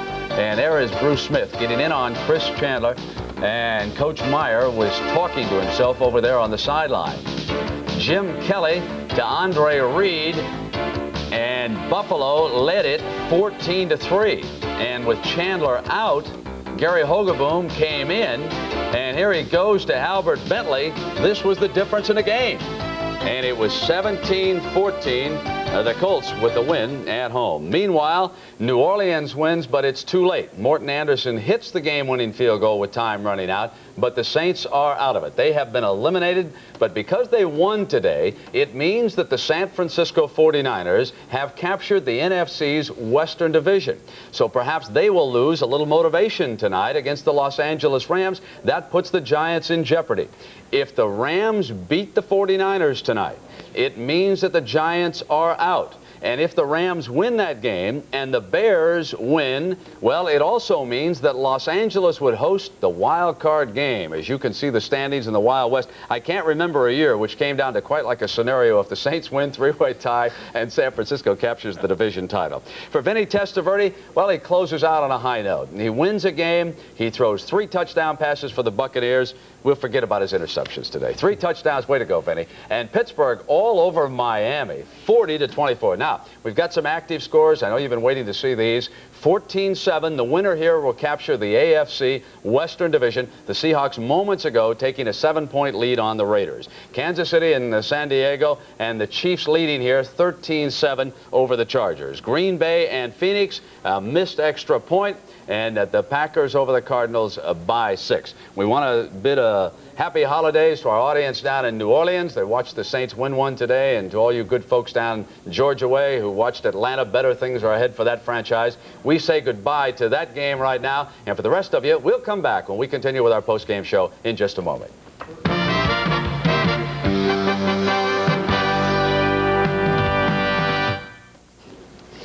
All right, they have gone to the 2-minute warning in the Cleveland-Houston game. The Browns have the ball, and they are putting on a drive. They lead the Oilers by 5. If it holds up, they will have a rematch back in Cleveland next week for the wild card game in the AFC. And there's the division standings. The Bengals have wrapped up the division title. They did that yesterday. A win by the Browns pulls them into a tie, and they hold the tiebreaker in there for the home field advantage if this holds up. And we're talking about Marty Schottenheimer. Dick, I know he's been a good friend of yours. This has been a tough season for him without Bernie Kosar. Well, I mean, they ran into a lot of problems, Brent. I mean, they had a couple, 3 quarterbacks go down, and then he took a lot of heat from the press about him being, you know, they lost Lindy and Fonte, and now Marty was calling the plays, and he took a lot of heat from the press. And I don't think, you know, when you lose 3 of your top 3 quarterbacks, what the heck are you going to do? But I tell you what, he bit the bullet, and he just said, okay, we'll move on. They had a lot of adversity, and they're still up there. Yeah. I mean, it's tough, but they got there. You talk about a division with adversity. I want to take Irv into the AFC West right now. As you're aware, Seattle is ahead of the Raiders. 1-game shootout to decide the championship, and they could wind up 9-7. But take a look at Denver. Now, there's a team that wound up 500, and we get confirmation of what we reported yesterday, that Joe Collier is out as defensive coordinator of the Broncos. And so, Irv, Charlie Waters moves in. Coach Dan Reeves stays on as the head coach. That was an interesting move, because I know that Dan Reeves is in charge of entire football operations, wanted to make the decision on his staff. Most head coaches, Brent, will fight tooth and nail to retain their assistant coaches. Now, in this case, the decision obviously is made above Dan Reeves' head, and he went along with it. But Charlie Waters was brought in just a year ago after having been out of football for a while. He's a defensive back with the Dallas Cowboys for years and been a good personal friend of Dan Reeves for a number of years. Came into football as an assistant a couple of years ago and is now going to be the defensive coordinator. But I think the big problem in Denver this year is a similar thing the Redskins ran into. The defending AFC champions last year came in this year with a lot of injuries. Their quarterback was hurt. Elway's had a problem with a bursa problem with his elbow, and he just can't recover from that. Okay, Irv, let me take everybody through the rest of the standings right now. The AFC East and Buffalo, long ago they wrapped up the division title, but by losing today, Cincinnati has the home field all the way. So what have we got in the NFC as we switch our attention now to the standings over there? The Philadelphia Eagles with the division championship, and the Giants must await the winner of tonight's Ram 49er. As we pan on over to the Chicago Bears, who will have a home game in the divisional playoffs. We'll wait to see who winds up the winner in the wild card game before we can find out who the opposition is. Minnesota's in the playoffs now. They are a wild card, but to assure themselves of the home game next Monday, they need to beat the Bears. Now, in the Western Division, San Francisco has wrapped it up, and they too will host one of the division championships. I think you should keep one thing in mind about the divisional playoffs right now.